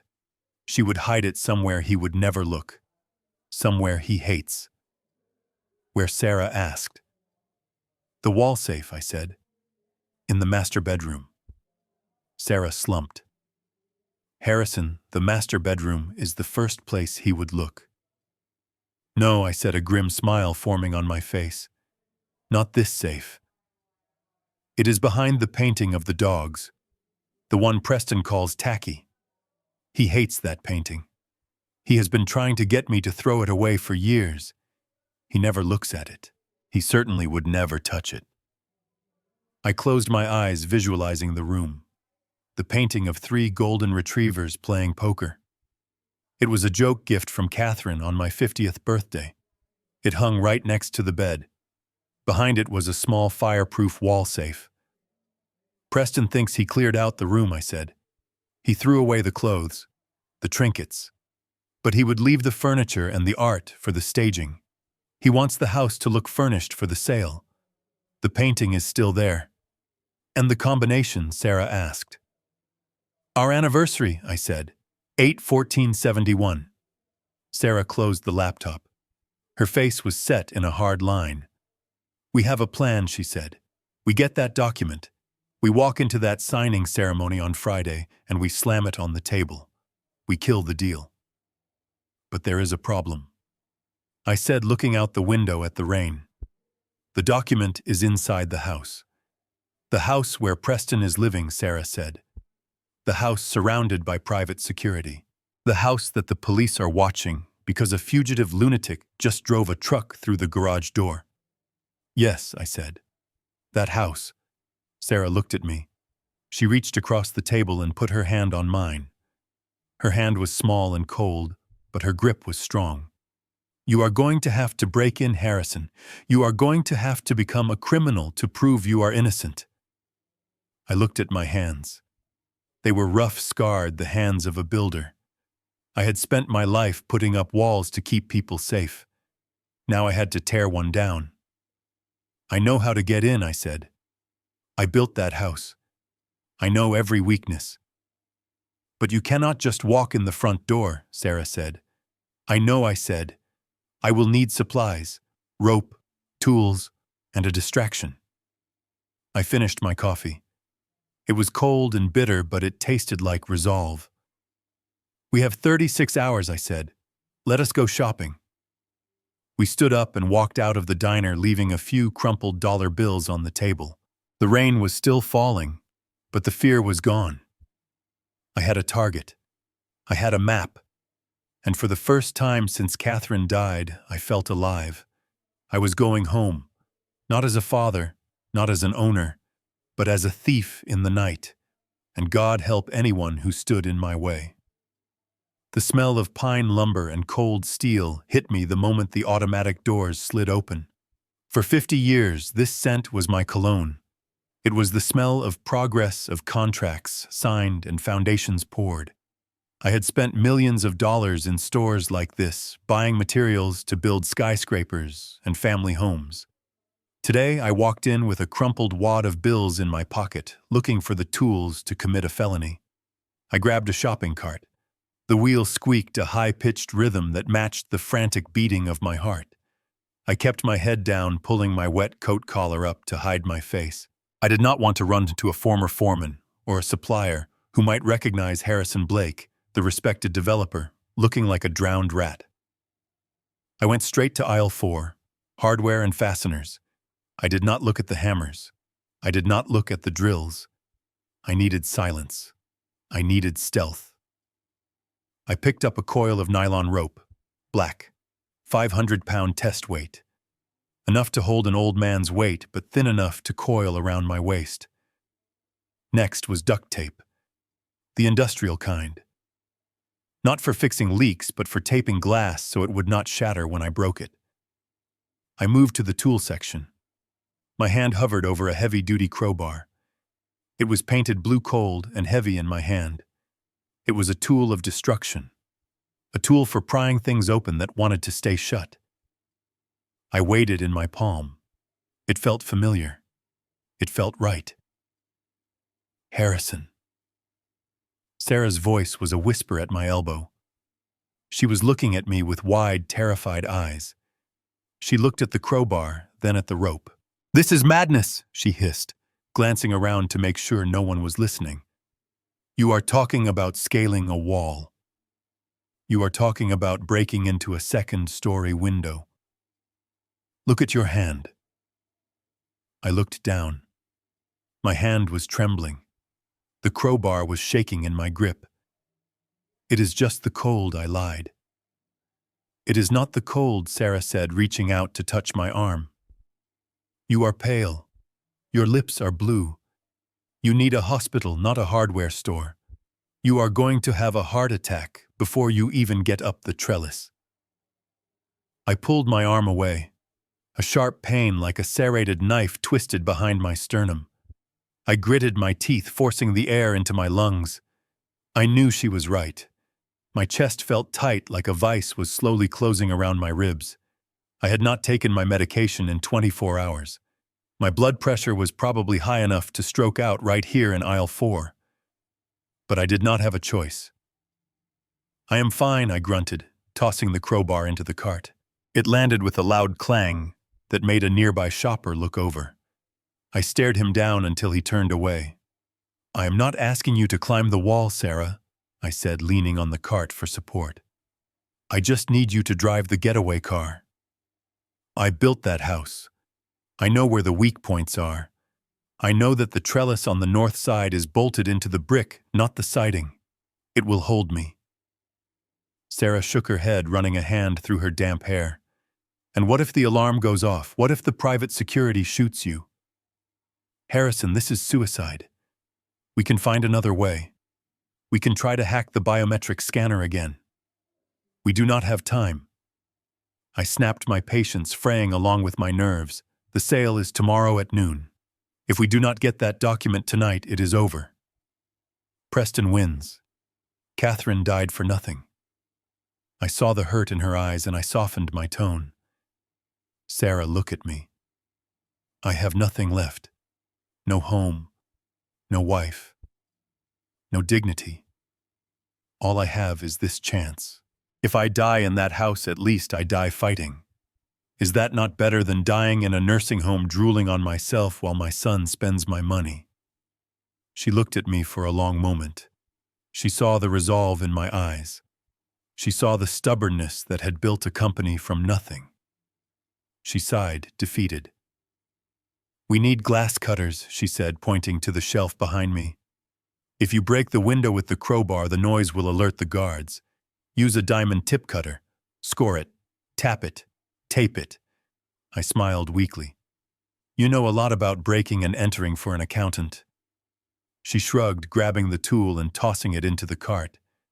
"I watch a lot of crime documentaries. And get some gloves. Leather. You do not want to leave prints." We walked to the checkout counter. The cashier was a teenager with acne and a name tag that hung crookedly on his vest. He scanned the items. Rope, tape, crowbar, glass cutter, gloves, A ski mask. It was a starter kit for a burglary. The kid did not even blink. He popped his gum and looked at the total. $184.50, he drawled. I opened my wallet. I pulled out the damp bills. I counted them out on the counter. 20s, 10s, 5s. I had exactly $190 left. I handed the money over. My hand shook as I gave away my last lifeline. I was now destitute. I had $5.50 to my name. Keep the change, I said. We walked out into the parking lot. The rain had stopped, but the fog had rolled in thick and gray. We loaded the supplies into the back of Sarah's battered sedan. I leaned against the car, feeling the adrenaline crash. The pain in my chest was a dull throb now, a constant reminder of my mortality. I closed my eyes, visualizing the layout of the house. The master bedroom was on the second floor facing the garden. The trellis was covered in ivy. It was steep. I can do this, I whispered to myself. I have to do this. Sarah sat in the driver's seat, her phone glowing in her hand. She was checking the surveillance feeds she had managed to tap into earlier, the ones connected to the street cameras. Suddenly, she sat up straight. "Harrison," she said, her voice sharp. "Get in the car." "What is it?" I asked, sliding into the passenger seat. "Did they find us?" "No," she said, turning the screen toward me. "Look at this." I looked at the phone. It was a social media post, an Instagram invitation. It was posted by Tiffany. The image was a picture of my living room, now redecorated with modern, soulless furniture. There were balloons. There were bottles of champagne.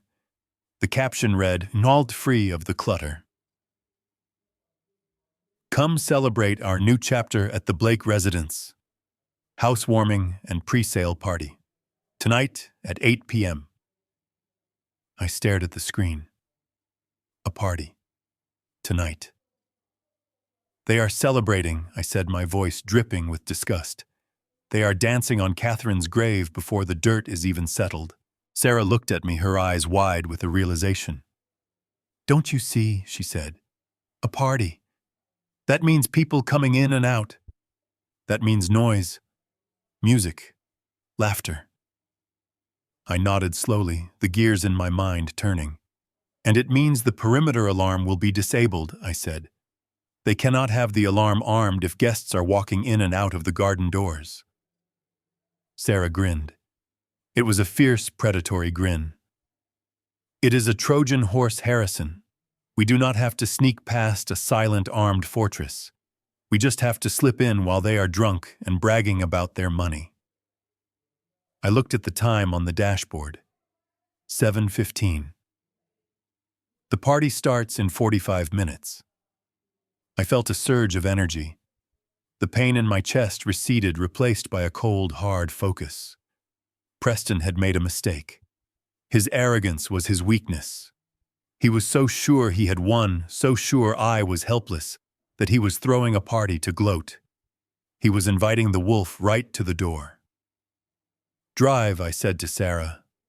"Take me home." She started the engine. The car sputtered to life. We pulled out of the parking lot, leaving the hardware store behind. I touched the tools in the back seat. The rope. The tape. The crowbar. I was not a builder anymore. Tonight, I was a thief, and I was going to steal back the only thing that mattered. We drove into the fog, heading toward the wealthy suburbs, toward the house that was no longer a home but a battlefield. And the party was just about to begin. The bass from the stereo system thumped against the brick exterior of the house, a rhythmic vibration that I could feel all the way down in the soles of my wet boots. Inside, people were laughing. I could hear the clinking of glasses and the murmur of conversation, the sounds of a celebration paid for with my stolen life.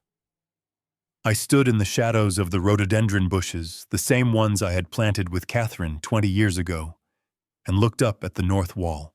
To anyone else, the side of the house was a sheer cliff of red brick, but to me, it was a ladder. I knew that the copper drain pipe running down from the master bedroom gutter was not just decorative. When we built this house, the architect wanted to use cheap aluminum brackets. I refused. I made the crew use heavy-duty steel anchors drilled 6 inches deep into the masonry. I had brazed the joints myself. I knew that pipe could hold 500 pounds because I had tested it. I coiled the nylon rope around my waist and pulled on the leather gloves. My chest was tight, a dull ache that radiated down my left arm, reminding me that I was 72 years old and running on adrenaline and caffeine. But I pushed the pain aside. I reached up and grabbed the cold copper. It held firm. I began to climb. It was not like the movies. There was no grace in it. It was a grunt of effort with every pull. My shoulders screamed in protest. The rough brick scraped against my knees. The rain made the metal slick, and twice my foot slipped, leaving me dangling by my arms, swinging in the dark, while the music pounded below. But I kept going. I thought about the $12 million. I thought about the nursing home. I thought about Katherine. I reached the second-story window ledge. I was gasping for air, sweat stinging my eyes. I peered through the glass. The master bedroom was dark, illuminated only by the light spilling in from the hallway.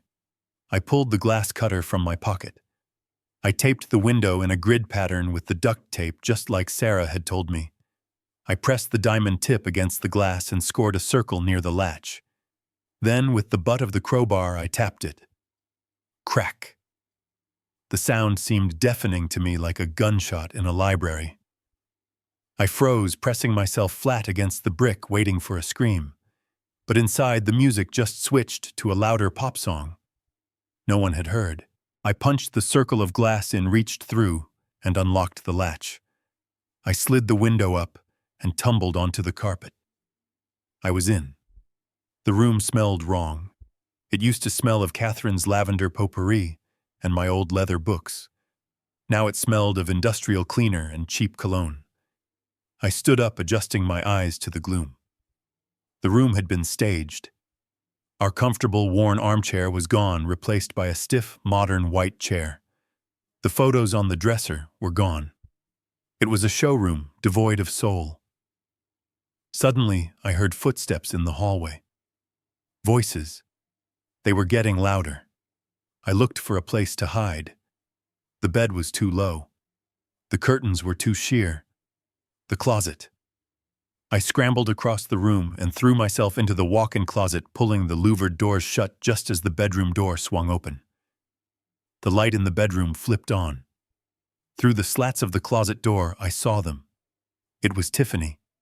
She was wearing a red dress that cost more than my first car, and with her was not my son. It was Marcus, the lead attorney for the sale, the man who was supposed to be representing the family's interests. Tiffany laughed, a sound that was sharp and cruel. She pushed Marcus onto the bed where Katherine and I had slept for 30 years. "Lock the door," she whispered. "Preston is downstairs, making a toast to himself. He loves the sound of his own voice too much to come up here." Marcus chuckled, loosening his tie. He walked over and clicked the lock. "He is a useful idiot, I will give him that," Marcus said. "He actually believes he is going to keep the proceeds from the sale."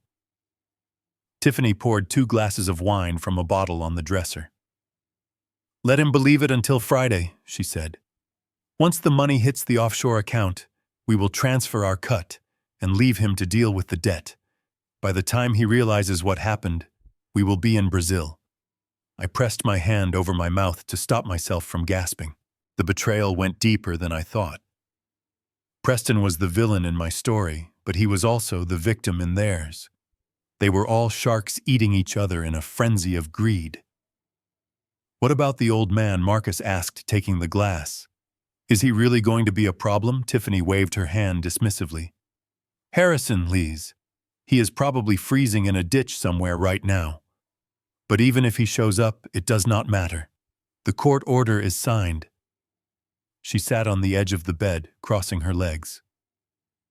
"I spoke to Dr. Sterling at the facility this morning," she continued.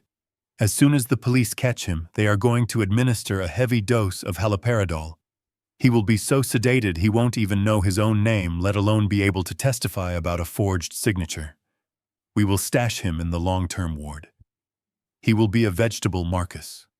A silent, drooling vegetable. I felt a cold rage settle in my stomach that was heavier than fear. They were not just planning to lock me up. They were planning to lobotomize me chemically. They were going to erase my mind, to cover their tracks. I gripped the crowbar in the dark. I wanted to burst out. I wanted to smash their kneecaps. I wanted to scream. But I stayed still.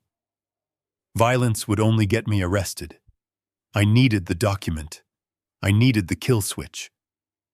They finished their wine. They laughed about how easy it was to manipulate Preston. Then mercifully, Tiffany stood up. "We should go back down," she said. "If we are gone too long, he might actually come looking. Not because he misses me, but because he needs me to smile for the investors." They unlocked the door and left, switching off the light. The room plunged back into darkness. I waited a full minute, counting the beats of my racing heart. 60, 1, 2. I pushed the closet door open and stepped out. My legs were stiff. I walked over to the wall next to the bed. The painting was still there. Dogs playing poker. It was tacky. It was ridiculous. And it was the only thing in the room that felt like home. I lifted the heavy frame down and set it on the bed. Behind it, the wall safe sat flush against the plaster. I spun the dial. Right to 8, left to 14, right to 71. Click. The handle turned.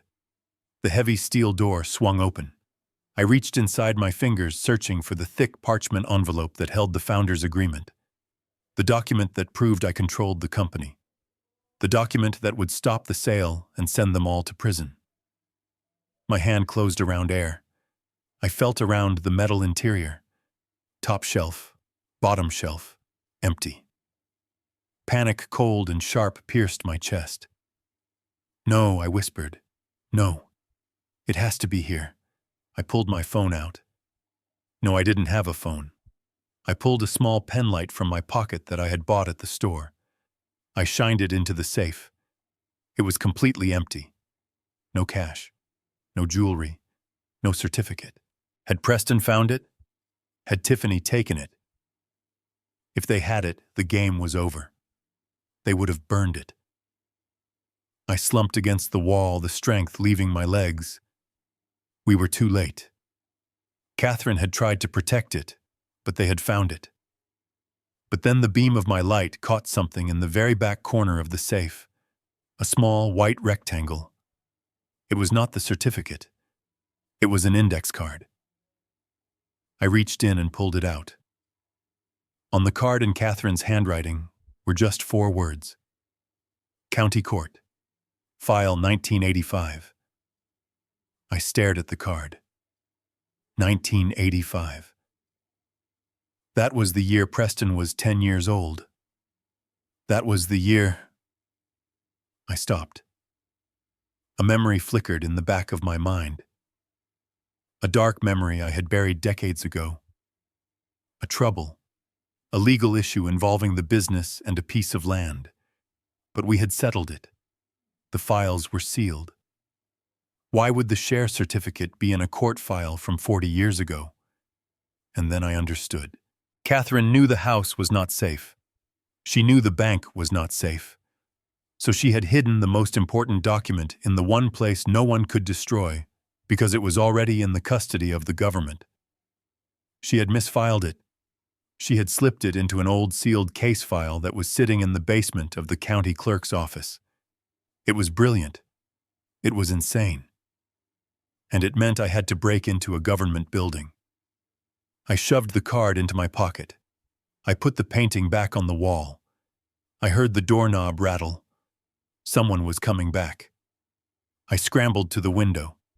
I threw my legs over the sill and grabbed the drainpipe. As I slid down into the darkness, the rain stinging my face, I realized the night was far from over. I had escaped the tiger's den, but now I had to walk into the lion's mouth. Next stop, the county courthouse, and I had until morning before the archives opened or before I had to kick the door down. I shoved the index card deep into my breast pocket, right next to the beating of my frantic heart. That small piece of paper was the only weapon I had left. I took a breath to steady my shaking hands and moved toward the bedroom door.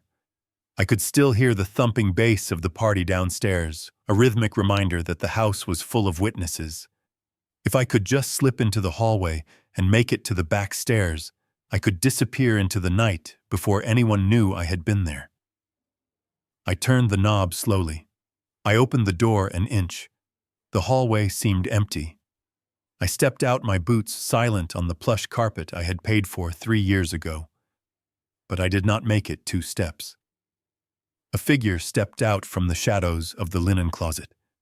It was not a guard. It was not a guest. It was Preston. He was holding a half-empty glass of scotch. His tie was undone and his face was flushed with the arrogant glow of a man who thinks he is untouchable. He did not look surprised to see me. He looked amused. "Hello, Dad," he said, his voice smooth and dripping with malice. "I was wondering when you would show up. I saw the mud on the trellis. You really are predictable." I froze. I looked past him toward the stairs. He was blocking the only exit. "Get out of my way, Preston," I said, my voice low and dangerous. He laughed, taking a sip of his drink. "Or what?" "You will hit me with your cane. You are trespassing, old man. I could call the police right now and have them shoot you on sight. They are already looking for the dangerous fugitive who drove a truck through a garage door." He took a step closer, crowding me. He smelled of expensive alcohol and rot. "But I am not going to call them yet," he whispered. "I want to savor this. I want to see the look on your face when you realize you have lost. Did you open the safe? Did you find what you were looking for?" I kept my hand over my pocket. I said nothing. He smirked. "It is empty, isn't it? I burned that founder's agreement 2 days ago. I watched it turn to ash in the fireplace, just like I watched Mom's hope burn out in her eyes." My blood ran cold. He was talking about Katherine. "You killed her," I said. My voice was trembling, not with fear, but with a rage so hot it felt like it was melting my ribs. "You watched her die." Preston shrugged, a casual gesture that made me want to tear his throat out. "I did not kill her, Dad. I just facilitated nature. She was going to find out about the money. She was going to ruin everything. So when she started gasping for air, when she reached for her nitro pills, I just moved the bottle." I stared at him. The world seemed to stop spinning. "You moved the bottle," I whispered. "Just a few inches," he said, smiling cruelly. "Just to the top shelf." She was too weak to reach it. She tried, though. She clawed at the air. It was pathetic, really. But it had to be done. It was survival of the fittest, and let us be honest, she was past her prime. "Just like you." Something inside me snapped. It was not a conscious thought. It was a primal explosion. The father in me died in that moment. The builder died. The only thing left was a soldier. I did not scream. I did not cry. I moved. I grabbed the heavy brass lamp from the hallway console table. It was solid metal, weighing at least 10 pounds. Preston saw the look in my eyes, and for the first time his smile faltered. He raised his hand. "Hey, calm down," he started to say. I swung the lamp with every ounce of strength left in my 72-year-old body. I put 50 years of swinging hammers into that blow. I put the grief of a widower and the rage of a betrayed father into it. The base of the lamp connected with his knee. There was a sickening crunch of bone shattering. Preston screamed. It was a high, thin sound that cut through the music downstairs. He crumpled to the floor, clutching his leg, the scotch glass shattering around him. "You crazy old freak!" he shrieked, writhing in agony. I stood over him, breathing hard. I raised the lamp again. I wanted to finish it. I wanted to smash his skull. But then I heard footsteps thundering up the stairs. The music had stopped. People were shouting. "Mr. Blake, is everything okay?" "Security, they were coming." I dropped the lamp. I could not fight a team of armed guards. I had the index card. I had to protect the mission. I turned and ran back into the bedroom. I locked the door, but I knew the cheap wood would not hold for long. I heard bodies slamming against it from the other side. "Open up, security." I ran to the window. I looked at the drain pipe. It was too slow. They would be in the room in 10 seconds. I could not climb down fast enough. I looked down at the garden. It was a 15-foot drop to the rhododendron bushes. Below that was wet earth. I had no choice. I climbed onto the sill. The rain lashed at my face. Behind me, the bedroom door splintered. A guard's hand reached through to unlock it. "For Katherine," I whispered. I pushed myself off the ledge. For a second, I was flying. Then gravity took hold. I hit the bushes. Branches whipped my face, tearing at my skin. I crashed through the foliage and slammed into the ground. A snap echoed in the night louder than the thunder. Pain, white and blinding, shot up my right leg. I gasped, rolling onto my back in the mud. My leg was twisted at an unnatural angle. It was broken, badly. I tried to stand, but the world went black for a second. I fell back down, groaning. Up on the balcony, I saw flashlights cutting through the rain. He jumped. "He is in the garden. Get the dogs." Dogs. They had guard dogs. I dragged myself by my elbows. The mud sucked at my clothes. Every inch was agony. I crawled toward the edge of the property, toward the dark road. My vision was blurring. I was going to pass out. I was going to die here in the mud, just yards away from freedom. Suddenly, a pair of headlights swept over me, blindingly bright. An engine roared. It was not a police car. It was my truck, my Ford F-150. It jumped the curb, smashing through the white picket fence Preston had installed. It tore up the lawn mud flying from the tires. The truck skidded to a halt right next to me. The passenger door flew open. Sarah was behind the wheel. She looked terrified. "Get in," she screamed. "Get in, now." I reached up, grabbing the door handle. I could not use my legs. I pulled with my arms, my muscles screaming. Sarah leaned over, grabbing my coat collar, hauling me up with surprising strength. I tumbled into the cab, my broken leg dragging over the metal sill. I screamed in pain, black spots dancing in my eyes. Sarah slammed the door shut and stomped on the gas. The truck fishtailed in the mud, the rear tires spinning wildly before finding traction. We shot forward, just as two German shepherds burst through the bushes, their jaws snapping at the tires. We hit the pavement and accelerated. I looked in the side mirror. Guards were running down the driveway, guns drawn. I saw muzzle flashes. Pop, pop. The back window of the truck shattered, spraying us with safety glass. Head down, Sarah yelled, swerving the truck left and right. We took the corner on two wheels. The heavy truck groaned but held the road. We sped down the dark suburban street, leaving the chaos of the Blake mansion behind. I slumped against the seat, clutching my leg. The pain was a living thing, eating me alive. But I reached into my pocket. The index card was still there. Dry. Safe. We did it. I wheezed, my voice sounding like gravel. Sarah looked at me, her face pale in the dashboard light. She saw my leg. She saw the blood soaking my pants. "Harrison, your leg," she said, her voice shaking. "We need a hospital." "No hospital," I gritted out through clenched teeth. "Preston will check the emergency rooms. He has the police looking for me. If we go to a hospital, I am a dead man." "But you are in shock," Sarah cried. "You need a doctor." "Just drive, Sarah," I commanded, forcing myself to stay conscious. "Drive to the county courthouse. We have a file to find." We tore through the night, the old engine roaring, the wind whistling through the broken window. Behind us, I heard the wail of sirens getting louder. The hunt was still on.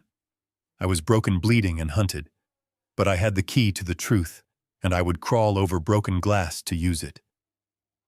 The courtroom smelled of floor wax and stale justice. The fluorescent lights overhead hummed with a headache, inducing flicker, casting a sickly pallor over the mahogany benches. I sat in my wheelchair, at the back of the room, hidden in the shadows of the vestibule, watching the final act of my own destruction play out through the crack in the double doors. Sarah stood behind me, her hands gripping the handles of my chair so tight her knuckles were white. My broken leg throbbed in rhythm with my heartbeat, a jagged line of fire running from my ankle to my knee, but I forced myself to focus. Pain was just noise. This was the signal. Inside the courtroom, my son was putting on the performance of a lifetime. Preston stood before the bench, leaning heavily on a pair of aluminum crutches. He had wrapped his knee in a thick ace bandage, though I knew for a fact I had hit his shin, not his knee. He looked tragic. He looked like the dutiful, heartbroken son who had been forced to make the impossible choice to institutionalize his violent, senile father. "Your Honor," Preston said, his voice trembling with practiced emotion. "It breaks my heart to be here. My father built this company from the ground up. He was a great man. But the dementia, it has turned him into someone I do not recognize. Last night he attacked me in my own home. He broke into the house, delirious, screaming about conspiracies. He assaulted me with a lamp. I barely escaped with my life." He gestured to his bandaged leg. A murmur of sympathy rippled through the courtroom. The lawyers from Apex Global, the company buying my life's work, nodded solemnly. They wanted this over. They wanted the signature so they could carve up Blake Construction before lunch. The judge, a stern woman with glasses perched on the end of her nose, looked down at Preston with pity. She shuffled the papers on her desk.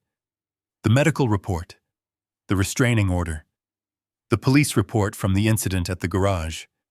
It was a mountain of evidence against a ghost. "I understand, Mr. Blake," the judge said, her voice softening. "The court sympathizes with your difficult position. Given the evidence of violent outbursts and the medical evaluation of advanced cognitive decline, I am inclined to grant the permanent conservatorship immediately. We need to ensure your father is placed in a secure facility for his own safety and the safety of the public." She picked up her gavel. She reached for her pen to sign the order that would strip me of my rights, my freedom, and my name. And furthermore, she continued regarding the sale of Blake Construction. "Since the primary shareholder is incapacitated, I am authorizing the immediate transfer of assets to satisfy the outstanding debts." Preston bowed his head, hiding a smirk. He had won. He had killed his mother, framed his father, and was about to walk away with millions. Now I whispered to Sarah. Sarah kicked the double doors open. They swung wide with a loud wooden boom that echoed like a cannon shot.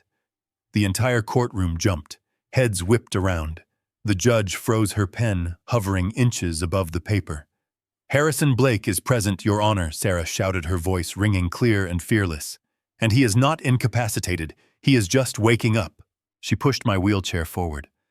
The wheels squeaked on the linoleum floor. I sat up straight, ignoring the agony in my leg. I looked terrible. My clothes were torn and muddy. My face was scratched from the bushes. I looked exactly like the madman Preston claimed I was. But my eyes were clear. "Order," the judge shouted, banging her gavel. "What is the meaning of this intrusion?" "Bailiff, remove these people." Preston spun around on his crutches. His eyes went wide. For a second he looked terrified, but he recovered quickly. "Your Honor," he cried, pointing a shaking finger at me. "That is him, that is my father. He is dangerous. He escaped custody. Do not let him near me." Two bailiffs started moving toward us, their hands on their tasers. I did not scream. I did not fight. I simply reached into my jacket pocket and pulled out the cream-colored paper. The paper Preston had thrown in the trash. The paper that had started this war. "I am not here to fight, Your Honor," I said, my voice raspy but loud enough to reach the bench. I am here to submit evidence into the record, evidence regarding the true ownership of Blake Construction. The judge narrowed her eyes. Mr. Blake, you are not represented by counsel. You have been deemed mentally unfit. Anything you say. I am not unfit, I interrupted, the command in my voice, stopping the bailiffs in their tracks. And this company does not belong to me. It never did. Preston laughed nervously. Your Honor, he is rambling. He thinks he is the President of the United States. Please take him away before he hurts someone. It belonged to my wife, I continued, wheeling myself closer to the bar. Katherine Blake. And she was not just a housewife, Preston. She was not just a bookkeeper. I looked at my son. I saw the confusion in his eyes. He did not know, he had never known. Sarah stepped forward. She pulled a small, high-intensity UV flashlight from her pocket. Your Honor. Sarah said this document appears to be a standard promissory note, but it is not. It is a federal instrument. She clicked the light on. The purple beam hit the cream paper. A collective gasp went through the room. Under the ultraviolet light, the blank space at the bottom of the paper glowed. A complex, intricate seal appeared in bright blue luminescence. It was an eagle holding arrows and an olive branch, and below it a signature that we all recognized, but next to it a code number. FBI Witness Protection Program, case number 1990-Alpha. The judge stood up. She leaned over the bench, her eyes wide behind her glasses. What is this? She demanded. My wife Katherine was not who you thought she was, I said, staring directly at Preston. Before she met me, she was a forensic accountant for the federal government.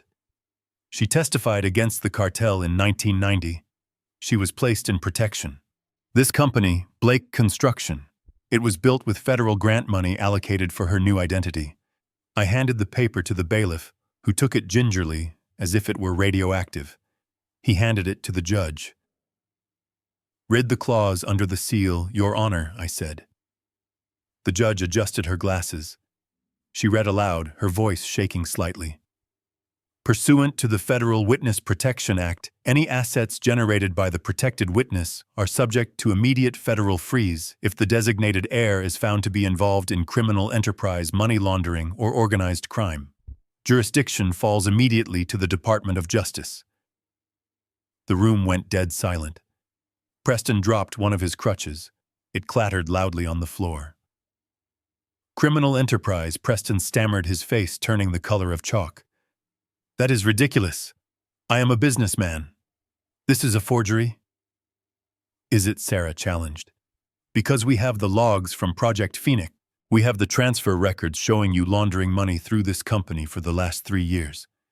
And by attempting to sell these assets today, you just triggered a federal trap. The judge looked at the paper. She looked at Preston. She looked at the lawyers from Apex Global who were frantically packing their briefcases, trying to distance themselves from the radioactive fallout. Mr. Blake, the judge said to Preston, her voice icy. Is this your mother's signature? Preston opened his mouth, but no sound came out. He looked at the paper. He saw the seal. He realized that the woman he had killed, the woman he thought was a weak old hoarder, had been a woman who took down cartels. She had been playing a game he didn't even know existed. The judge banged her gavel. It sounded like a gunshot. This hearing is suspended, she declared. The assets of Blake Construction are hereby frozen under federal jurisdiction. The guardianship order is vacated pending a federal investigation. She pointed her gavel at the bailiffs. And do not let Mr. Preston Blake leave this building. Preston tried to run. He forgot about his fake injury. He dropped the other crutch and sprinted toward the side door on 2 perfectly healthy legs. He did not make it 5 feet. The bailiffs tackled him. He went down screaming, kicking, cursing me, cursing his mother, cursing the world. I sat in my wheelchair watching my son being handcuffed on the floor of the courtroom. I felt no joy. I felt no triumph. I just felt a deep, exhausting relief. I looked at the cream-colored paper lying on the judge's bench. The UV light had faded, and the seal was invisible again. To the naked eye, it was just a piece of trash, but it was the strongest shield a wife could ever leave her husband. "Katherine," I whispered, "you got him." Sarah put a hand on my shoulder. She was crying silently. "We did it, Harrison," she said. I nodded. My leg was on fire. I was homeless. I was broke. But I was sane. And for the first time in a week, though, I was free. The doors at the back of the courtroom opened again. This time it wasn't a bailiff. It was men in dark suits with earpieces. The FBI. They had come for their case file, and they had come for the man who tried to steal it. I closed my eyes and let the darkness take me, knowing that when I woke up, the nightmare would finally be over. The double doors at the back of the courtroom burst open for the second time that morning, but this time it was not a desperate family member making an entrance. It was a tactical team. 6 federal agents in windbreakers emblazoned with those 3 terrifying letters FBI swarmed into the room, their movements precise and overwhelming. Leading them was a senior agent who walked straight toward the bench, flashing a badge that gleamed under the courtroom lights. Behind him, walking with a renewed sense of purpose, was my old friend Arthur Henderson. He had made the call from his office the moment I escaped, but it was Sarah's decrypted files that had given them the ammunition to raid the castle. Preston was still on the floor, pinned by the bailiffs, his face pressed against the linoleum. When he saw the federal agents, the fight went out of him. He went limp, his arrogance deflating like a punctured tire. He knew what this meant. This was not a civil dispute anymore. This was the end of his life as a free man. Agent Miller, the lead officer, pulled Preston off the floor. He didn't handle him gently. He spun him around and slammed him against the prosecutor's table. "Preston Blake, you are under arrest for wire fraud, money laundering, and the involuntary manslaughter of Katherine Blake," the agent announced, his voice booming through the silent room. "You have the right to remain silent. I suggest you start using it." At the mention of manslaughter, Tiffany let out a shrill scream. She tried to back away, her high heels clicking frantically on the floor as she pointed a manicured finger at her husband. "I did not know," she shrieked, looking at the judge, looking at the agents, looking at anyone who would listen. "He told me it was legal. I just signed where he told me to. I am a victim here." Agent Miller signaled to his partner. 2 officers moved on Tiffany. "We have your emails, Mrs. Blake," the agent said coldly. "We have the chat logs where you discussed the dosage of Mr. Blake's heart medication. You are not a victim. You are a co-conspirator." They cuffed her. The sound of the ratcheting metal was the sweetest music I had ever heard. She began to sob, her mascara running down her face, the facade of the wealthy socialite crumbling to reveal the scared, greedy child underneath. As they dragged Preston toward the exit, he locked eyes with me. His face was a mask of disbelief and terror. He struggled against the agents, twisting his body to face me one last time. "Dad!" he screamed, his voice cracking. "You cannot let them do this. I am your son. I am your only son. You cannot do this to me." I looked at him. I looked at the boy I had raised, the man who had watched his mother die for a payout. I felt a deep, hollow ache in my chest, the ghost of the love I once had for him. But then I looked at the empty space beside me where Katherine should have been. "I did not do this. Preston," I said, my voice low but carrying across the room with the weight of a final judgment. "I built a house, I built a company, I tried to build a family. But this cage you are going into, I did not build that. Your greed did." The agents pushed him through the doors. His screams faded down the hallway, replaced by the heavy silence of the courtroom. The judge looked at me. She slowly closed the file on her desk. "Mr. Blake," she said softly, "the court apologizes for the error. The guardianship is dissolved. You are a free man." I nodded to her. I felt Sarah's hand on my shoulder squeezing tight. I looked down at my broken leg, throbbing in the wheelchair. I looked at my dirty clothes. I had lost my house. I had lost my wife. I had lost my son. But as I wheeled myself out of that courtroom into the bright, blinding sunlight of the city street, I took the deepest breath of my life. The air tasted clean. It tasted like truth. 6 months later, the Pacific Coast Highway stretched out before me, a ribbon of asphalt hugging the cliffs where the ocean met the sky. The sun was setting, painting the water in shades of gold and fire, a perfect mirror of the peace that had finally settled in my soul. I shifted gears, feeling the smooth, powerful rumble of the engine. It was my Ford F-150, but she looked different now. The dents were gone. The rust was treated. The paint was a deep, lustrous midnight blue. I had spent 3 months restoring her bolt by bolt, just me and the tools, in a small garage I rented near the beach. It was therapy. It was reconstruction. I was not the owner of Blake Construction anymore. I had sold the company, but not to Apex Global. I sold it to the employees. I structured an employee stock ownership plan funded by the sale of the mansion and the recovery of the stolen assets. The men and women who poured the concrete now owned the concrete. It was what Katherine would have wanted. I looked at the passenger seat.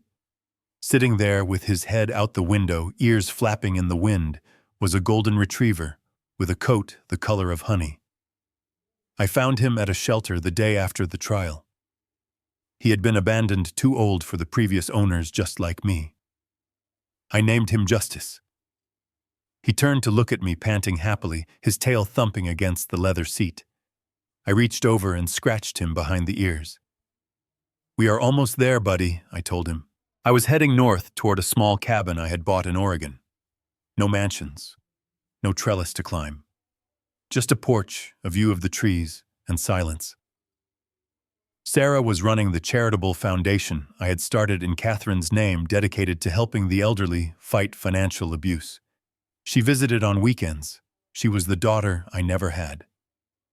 I reached into the glove compartment and pulled out a lighter. In my other hand, I held a photocopy of the cream-colored paper.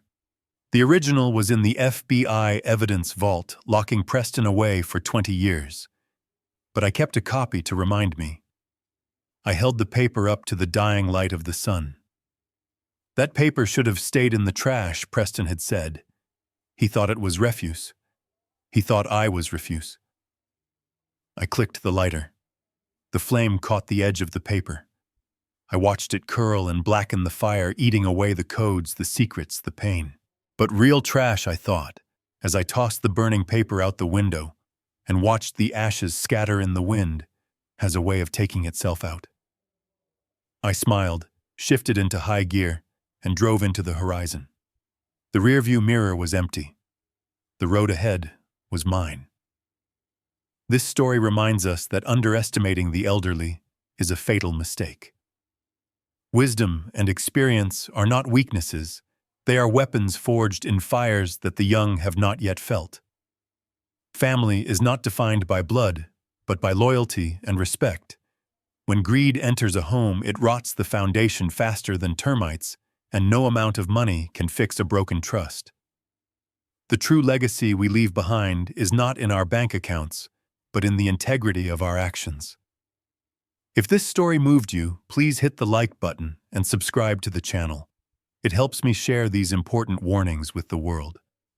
And tell me in the comments, have you ever had to cut ties with a toxic family member to save yourself? I read every single story.